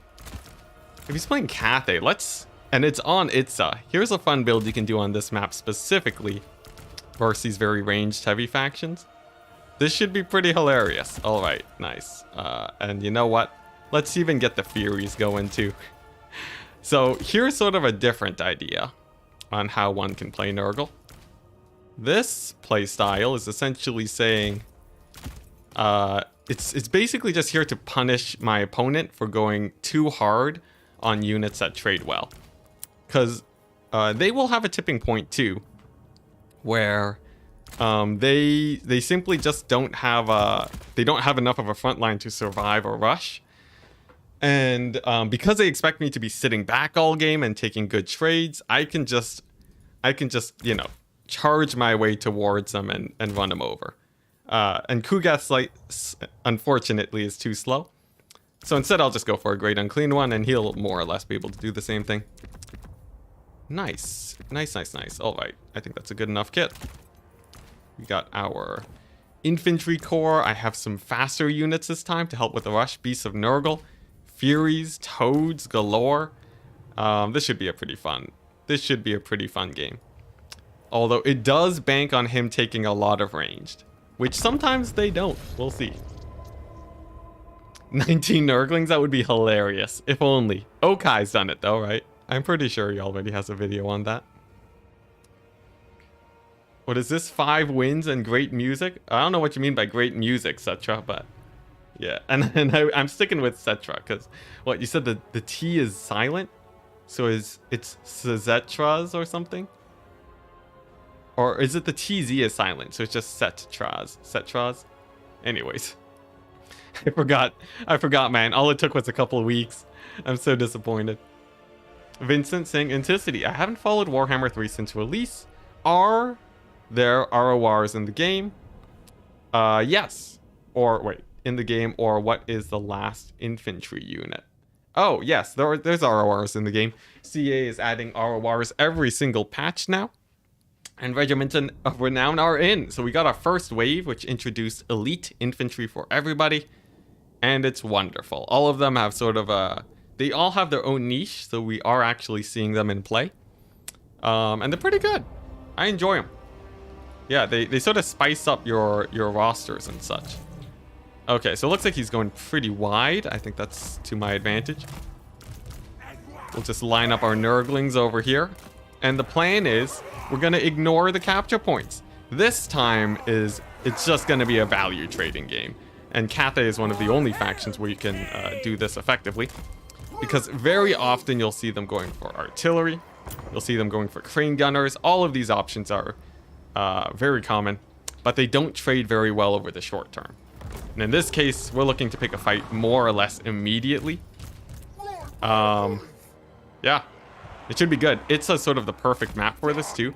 Since, oh, he didn't go for it. Look at that. He went for, Jade Halberds. Still though, I think we're good. Celestial Dragon Guard. We have a Mortis engine. So I should be able to route these guys off pretty quickly. But my composition isn't perfect here. Not a fan of those Halberds. So maybe, let's see. You know, I think we take a big fight in the middle. The 2 cultists, these guys are gonna go on the long flank. So they'll loop around here. Hit up these guys, right?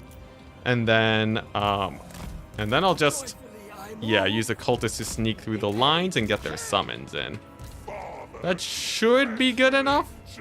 We'll see. It's a sketchy situation indeed, but I think we win it off the backs of our glorious Mortis engine over there. All right, here we go. Diving right on in. Head first, we want to deal with the Celestial Dragon Guard as fast as possible. We want to deal with these archers, I think they are, as fast as possible. And then we just want to get our Great Unclean One in. And then our frogs are going to be also pressuring the back line. Nice. Next up, I want single entities. Beasts of Nurgle are great because they can grind for a very long time. And just like that, most of his infantry force is already going to waste. Now, here's the big thing. Great Unclean One of the best fighters in the game. He's going to have to, this is going to be a disgusting disgusting stream of corruption. Oh my gosh. Those peasant archers. Oh, they did not deserve that. Anyways, yeah, I'm taking a focused fight in the middle because I really want to get my great unclean one getting value, because these guys will actually trade pretty well into me. So I'd rather just sort of sit in this fight over here and win instead. I'll have some time to do streams of corruption. I'll have big old AoE heals. It's gonna be perfect. And yeah, you can see here, good old Nurgle giving them the 1 million debuffs. Absolutely marvelous. Anyways, let's keep summoning forces, and then soon enough, I'm pretty sure we can get to a point where we're just spawn camping this guy with our amazing trades. Yeah, here we go. Here we go. Oh, actually, no, I don't have enough for that. I guess I'll just stream of corruption these guys. And then I'll sick these Nurglings onto the peasant archers. That seems like a good play. Nice. Now the cannon's gonna be pretty annoying. It's poking away at my guys. I'm hoping I can slip 1 unit of toads in there, but we'll see. That's a pretty nice breath attack too. Celestial Dragon Guard are holding pretty well. But the toads, the heroic toads, it looks like they will be able to shut down the grand cannons. No! He summoned spears. Alright, well, I guess we'll just get shot by a cannon then. It's totally fine. We can tank it out. Beasts of Nurgle, though, are sort of the half answer for them. Because they do have such high mass, they should be able to dive in onto that. Because it is actually getting a lot of value on my lord over here. And he has a hard time dodging it.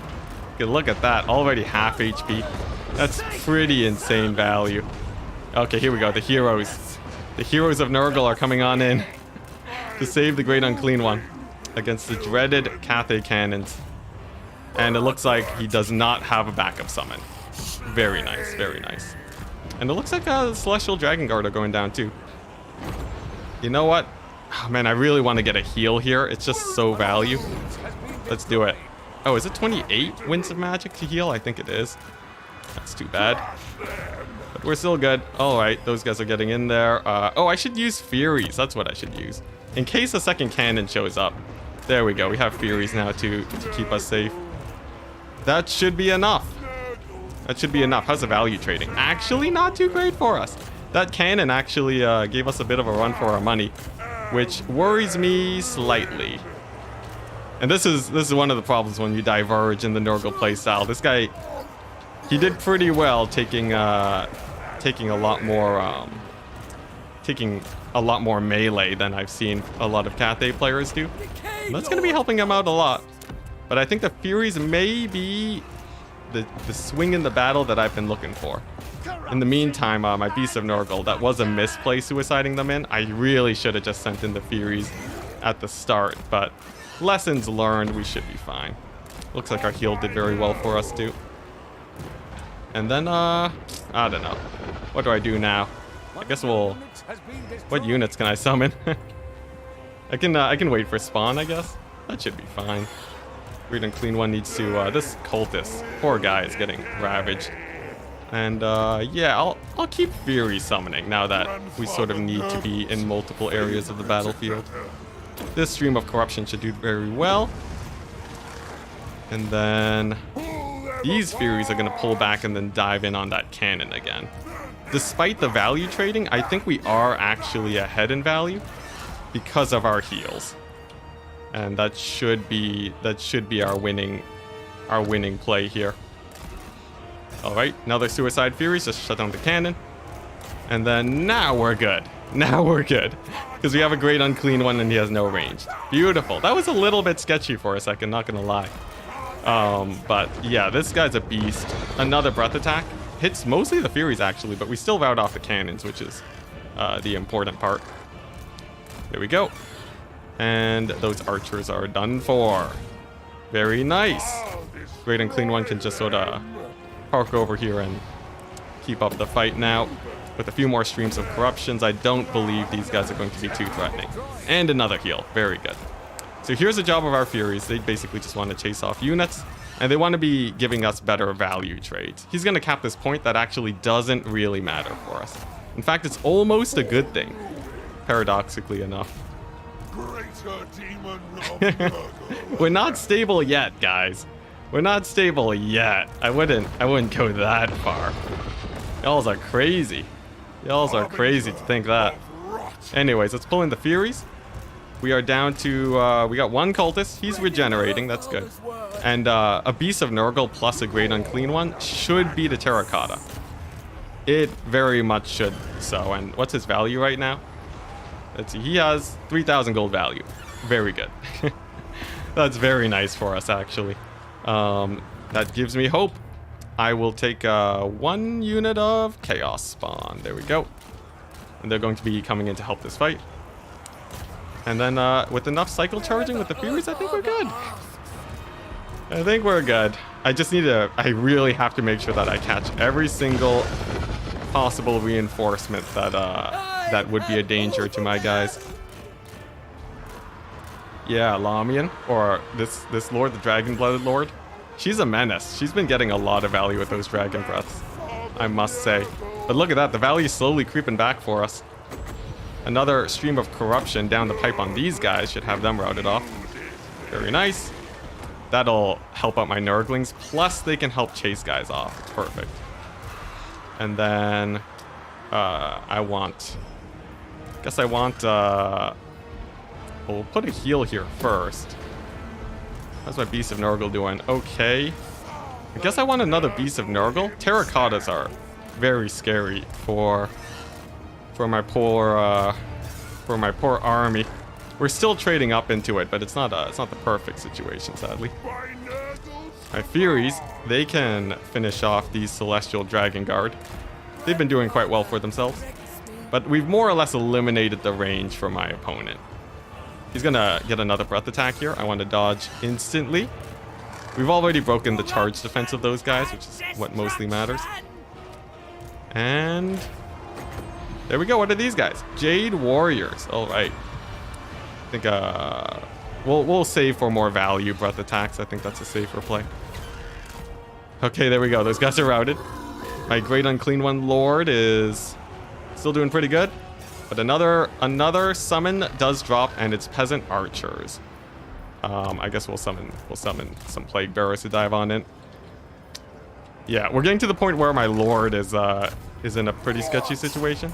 These Furies are getting leashed into melee. That's not great. Oh, come on. Oh, the flying bug. My Furies can't get into there. All right, well, that means my Lord might even die. That would be pretty bad for me. Not the end of the world. We'll keep them safe, though. And our Furies finally do find the fight. That's good. Very good. Now I want to start ending the game. Now we want to start ending the game. Because value trading's great and all, but... yeah, we can't stay here forever. And we may even be able to punish his Lord. He went pretty aggressive on my Great Unclean One. And he might not be expecting my Lord to be so hard to kill. There we go. And he lives. He lives. And we're going to desummon him because this fight is getting a little bit too scary for me. All right. Next up, crossbowmen. They are alive. They're firing into the blob. And you know what? I think, yeah, it's finally time we just... It's finally time we just worry about the capture points, I think. We sort of just stuffed them over here forever. But, like, I really should... I think the trading is a little bit too scary at this point. We've had enough fun. Alright, nice. Furies are doing great. And they should be able to occupy these archers forever. I think this point is one for us. The Plague Bearers will do well. And then if he's just fighting here forever, we should have the game won. Because like I said earlier, Cathay is notoriously bad at actually taking points off people. Some Plague Toads are actually pretty good here compared to Spawn because they do actually pretty nice damage versus infantry.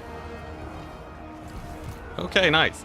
A little bit of a scary game. Honestly, he basically had one of the best builds against what I was doing today. But there's not too much he can really do at this point. Yeah, he had a pretty good build. That terracotta is just never dying, is it? But yeah, we made it. We made it in due time. We have a triple capping coming on this guy. All of his troops are way over here. There's like no chance he'll be able to do much. That cannon Shouldn't be too scary. Honestly, if I had summoned Furies on the cannon earlier, it would have been an easy win. Easy win, not gonna lie. Oh, wait. How do I stop him from getting this middle point? I guess once my Nurglings get there, it's a pretty done deal. He's summoning some Halberds, which means I want to get, like, maybe even a Cultist of Nurgle there. Oh, wait, no. I can grind it out forever there with my Beast of Nurgle. Yes. So let's just do that. Here, I'll summon a Fury. I'll dive it in on his cannon to keep him occupied for longer. And then everything else just pulls into the middle, ensuring that he will never capture any points off of us. Glorious. Never thought you would see Nurgle spawn camp. It's rare. It's very rare, but it turns out it is possible. It would have been hilarious, though, if you bought a mass ranged build, because I would have actually just run him over. Oh, that would have been so good. But yeah, one of the problems with Cathay, their DPS is very, very low. So even like Halberds against these Toads, it's just a forever fight. It's never gonna end. These Nurglings are enough to win all those small infantry engagements. Cannons are occupied. Very good. And yeah, this point is secured because we have slightly more HP. We're good. So we are getting 900 victory points a minute now, which roughly equates to what? Means that we need like a minute and a half to win. So I should be summoning in units that can reach the points within that time. And that means mostly Furies and Toads are going to be my main focus. This point over here, yeah, he's not getting there anytime soon. We'll slow this guy down. This unit of infantry is never going to make it there. Our opponent knows it. And just like that, we managed to win it. Amazing. He brought a pretty good build. I'm not going to lie. It was a nice build against us. I think it was almost there, but on this map, Nurgle is strangely favored against Cathay. Look at this bad boy. 5,000 value. Sitting in a blob for the entire game. He lost half his HP to cannons, not a problem. Lack of cavalry actually didn't screw him over. If he had summoned cavalry, he would not have been able to push me off of his spawn point. That's the crazy part. To win the fight and to capture points are different. They require such different units that it sort of just screwed him over that game. Terracotta was great though. But Nurgle's just too good. What's the point of unsummoning units? You get a refund and you can summon them back faster, but generally you don't want to unsummon units. That's the rule of thumb. All right, let's go ahead and load Army A. Let's do it. Yeah, you get a little bit of cash back, but most of the time it's not worth it. Also, there's a lot of people watching today. Where are you guys coming from? Do people just suddenly want to watch multiplayer? This is amazing. Oh, speaking of not amazing, Khorne is a bad matchup for us. And Khorne is one of the only factions where the Herald is something that you want to sub out. We do not want a Herald, and actually Khorne is pretty good at trading into us. Strangely enough, Kugath is the way that we want to go today. Kugath on the middle point, and then we have to find a way to win one of the flanking points, which is gonna be a lot harder than you might imagine. This kid on Kugath basically ensures he's gonna be unkillable. That's not a problem. And how do you beat something like Khorne spawn plus Exalted Bloodletters? Because we have Stream of Corruption for his armored infantry. Those guys are pretty scary. If I do this, we have a nice infantry corps, but that more or less, Khorne is one of, and for some context, Khorne is one of the only factions that trades up into Nurgle in melee if it's not on top of a Great Unclean one, because they have an AoE damage effect. This bad boy right here. But we only have one Mortis engine, so that changes things a lot for us. Of course, we can go spawn in Plague Bearers, and this trades slightly badly for us. But it's still pretty sketchy. Now, I do see people mentioning the glorious ranged build. And that, my friends, is actually pretty close to what we want to do. When you cannot trade up in a prolonged battle, you want to be trading over the long game. And that means we're actually taking a soul grinder here. Whoops. This is not a meme. Confirm this is not a meme. This is legit play. that I am bringing to you today. Here we go. Yeah, we want to capture the first point in one of the corners. This is the map. And then we want to artillery shoot into the middle or something. This map's actually sort of bad for our artillery build, but we'll do what we can. Yeah, so here's our base. And then our reinforcements just want to be sort of like the best fighters we can muster. Corn dogs are a pretty scary threat for us. But I can sort of make do. Exalteds will do okay-ish. We'll take just the ROR. Forsaken can actually, strangely enough, do well against Cornhounds-ish. Very-ish. But Beasts of Nurgle. Beasts of Nurgle are really good for holding capture points for a long time, in case we want to rotate our Lord across. So that's going to be one thing. Nurglings, we want to only have one. And I want to be a little bit more fighty. I think one more unit of infantry is what we want. Yeah. Let's do it. Let's do it. Now, alternatively, there's a chance that he just runs into my Lord and gets absolutely mulched. There is a possibility of that happening. If we see mass skull cannons, that would be hilarious, but it's not actually too great of a play, sadly. Because then Khorne starts trading down. He does much better in melee. Isn't it really hard for Khorne to kill Kugath? That's correct. Khorne, it is almost impossible for Khorne to kill Kugath. Almost impossible.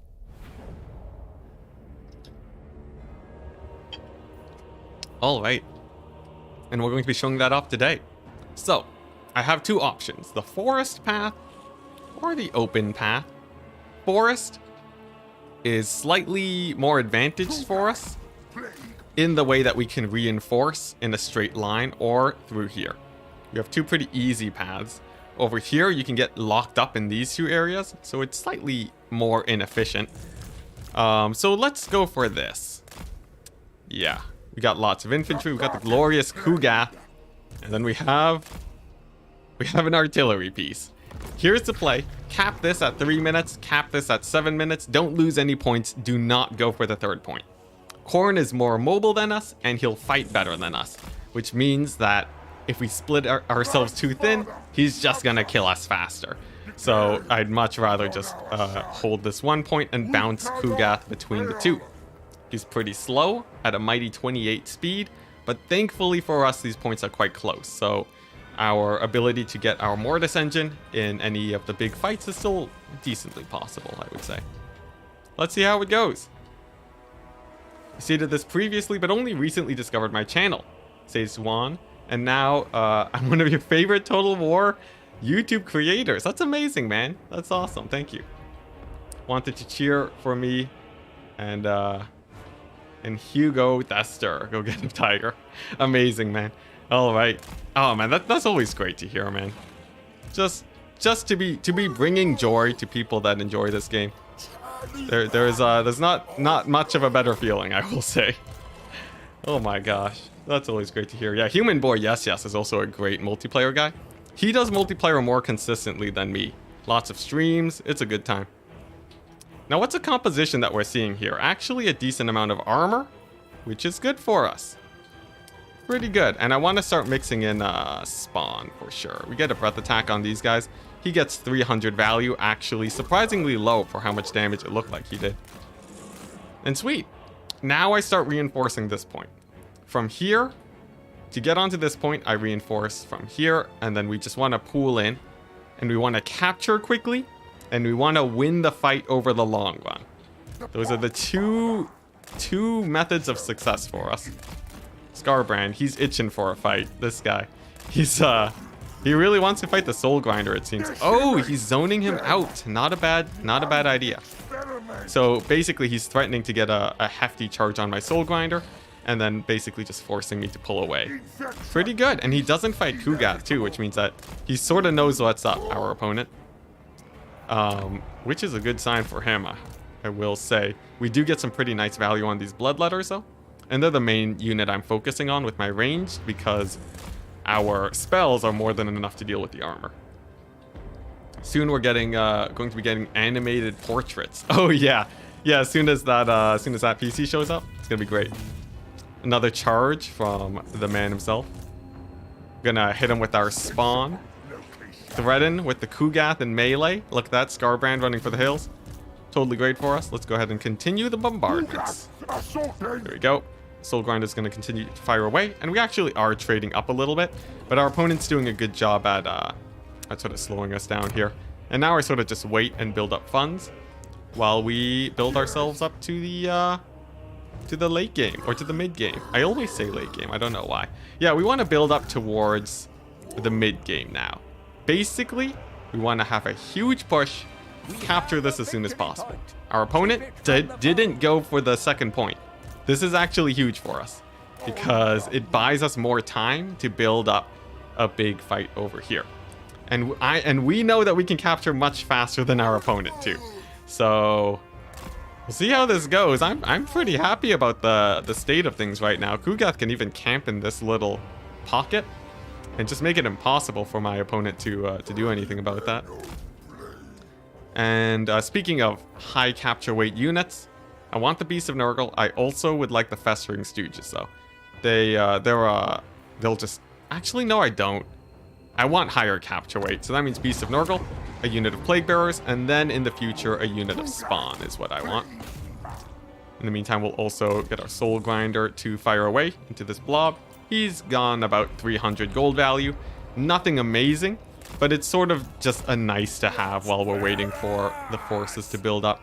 Our opponent looks like he's going to commit a few forces over here.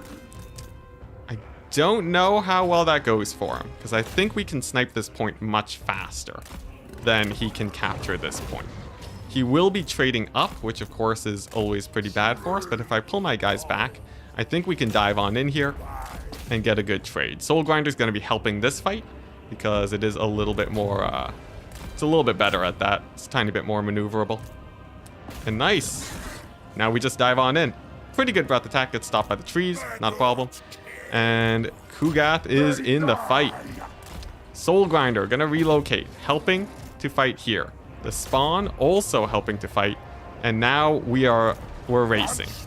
We want to capture this point as fast as we can. Looks like our opponent has brought out some of these guys. I'm going to summon some toads so that we can take this fight a little bit better. Toads are great because they actually do kill bloodletters, strangely enough. It is a favored engagement over there. And this fight is going well enough for us where I can actually pull Kugath back to secure this location. The bloodletters aren't actually going to trade super well for my opponent here. And I'm in no rush over here. This trade's actually going quite well for me. So yeah, we'll just send in the toads, get the Beast of Nurgle on there, get the Soul Grinder on this point too. And then Kugath is going to be making life real hard in this area. He has one unit of bloodletters, but... And I say, yeah, he basically only has one unit of bloodletters because we have this bad boy coming on up. Does he see it coming? He doesn't. And that Stream of Corruption is going to be ruining his day. Half HP Chaos Warriors. No problem. Kugath can now sit in this middle area and just sort of support whichever area he wants. I'm going to support this fight because Kugath is going to have to retreat in a hot second. Because it's not the best. It's not the best situation for him over there. I don't want him to get gooned by double Bloodthirster. That will actually kill him if I'm not careful. Okay, back to this fight over here. My Beasts of Nurgle have sort of not been on the point, and that's been a little bit of a misplay for me. They do really want to be sort of supporting and capping as much as they can rather than just fighting in the grind. So we'll sort of do that. I'll get another Stream of Corruption, and now my opponent's plans on capping this area are more or less gone. It's going to take forever to kill all of that infantry, so I don't really see too much of a problem there. And yeah, now we have the middle point. Here's the thing. I could go for this point over here and abandon this, but that would involve the loss of a good amount of infantry. On the other hand, Kugath, he could also help out this area. Where's my Soul Grinder at? I want to turn fire at will on. Yeah, it's a bit of a weird situation, right? I really want to hold this point, and I think I send in Kugath now. I'm going to send in Kugath, and he's going to be trying to take this back. We got Scarbrand moving in for the fight. And will Scarbrand be enough to take out the Plague Father? My prediction is no. But, especially with my Beast of Nurgle coming on in. But we'll see. We'll see. In theory, it's a pretty bad trade for him, especially because I do have heals. But yeah, it can be a little bit dicey. This point over here is a little bit sketchy, but thankfully our breath attacks did slow him down pretty hard. And looks like Scarbrand's committing to the fight. The middle is ours, and we have successfully performed the win slowly maneuver. And yeah, Kugat's at full HP versus Scarbrand. It's not even close. Oh my gosh, that's great for us. Our value's going up, but our opponent is getting close to capturing this middle area, or this flank area. So I'm going to be bringing in my toads to help over there. This fight will be won over the long run, so I don't need to support it very much, except for maybe just a big stream of corruption down the pipe on all of that infantry. And then I think we just pool over here in the middle, since that's where my opponent is mostly focusing on. But will he actually take it? I think he might, at the cost of Scarbrand's HP. So my opponent is losing value, but capturing the point. Or is he? Is he capturing the point? Will it actually go? Yes, he actually does take it. Very, very unfortunate, but I'm about to get a pretty massive amount of capture weight on it. So I'm not too worried. We have a few minutes to spare before I'm really worried about that. But we'll see. We'll see. I need to get my Beast of Nurgle there, and these guys will do a lot of damage. Let's see. Let's get a spell down on these Bloodletters, and yeah, time is of the essence on this point capture. I think I should have gone for this farther capture point, but we'll see how it plays out. We'll see how it plays out. I'll start splitting up his attention. I will even summon a unit of Nurglings over here, since it seems like he's overcommitting on this fight, and I might be able to get a quick snipe. The middle is still in my favor, so I'm not particularly worried about that, because the Soul Grinder is sort of just really getting a lot of value there. And there we go. I get him to reposition. This is very good. Yeah, and the middle's being won, and he's starting to commit a lot of forces here. Now, he might go for a quick snipe in the middle, and that's not a problem. Kugat can reinforce that quite quickly, and I can even treat this like a feint if he doesn't bring enough units here for the flank point. Yeah, Beast of Nurgle can go into the middle now, and I can sort of just take this fight in an advantage for myself. Sorry, I can't keep up with chat a lot because this is a stressful matchup indeed. But yeah, Scarbrand is in here, and I'm going to grab the Soul Grinder, and I will take a fight against them. It's not the best case scenario, but it's what I can do. My toads, unfortunately, they get a little bit ravaged over there. And I think my opponent might even take this middle point. That would be bad for me. I do have Nurglings on here, so I think I might be able to keep my opponent too occupied. We'll see. Oh, we'll see. Kugat is finally getting over here. My opponent manages to snipe the middle point a little bit faster than I would have hoped. And now it's basically just an empty Kugat. I think he might be able to win this one. But we will continue to scrap it out. Kugat is still a menace, and I don't think he'll be able to kill him super quickly. I need to pool on value on this point. That's the problem. It's gonna take a while. But yeah, we'll see. And if I don't capture this third point, then I think my opponent will manage to win it. He's getting pretty high up on value, scarily high. And this area is not getting won very quickly. I think he's gonna win it. I think he's gonna win it with the mobility plays. Ooh, that's not good. Let's go ahead and grab my Beast of Nurgle. We're gonna dive on in. All hands on deck. Over here, these Nurglings very heroically fighting. But I think it's just gonna be a little bit too slow. Yeah, we don't even manage to cap the point. That means the Nurgle summon was a misplay. And I'm sort of in a situation where, yeah, I need to capture 3 points to win it. That's very, very bad for us. Because my opponent's going to continue to be able to summon. And Kugat, just a little bit too slow to the party on many of the fronts. Oh, look at that. Some nice corn play from our opponent. But yeah, he is very nice at being able to grind. Even though we were able to scrape in a little bit of value. I think we could have won it, but it was a nice fight. I think I should change my stream title to Corruption because of all of that. Yeah, Stream of Corruption is great.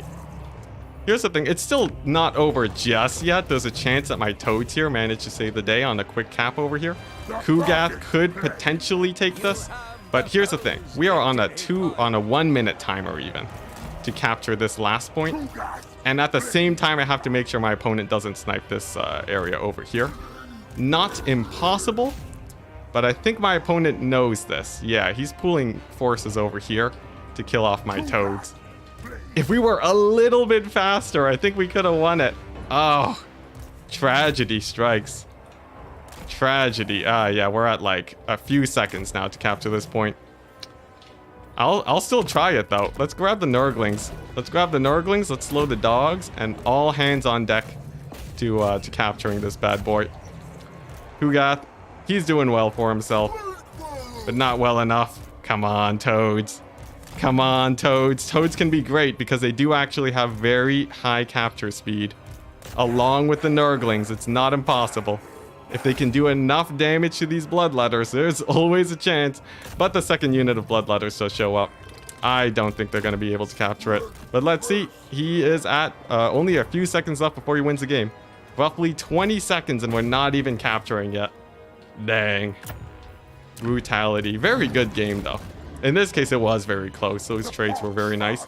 Honestly, I feel like Kugath, he's pretty nice, but he's very slow. And as Nurgle, you'd want to be able to bounce between points very quickly. And he just really wasn't able to do it. GG.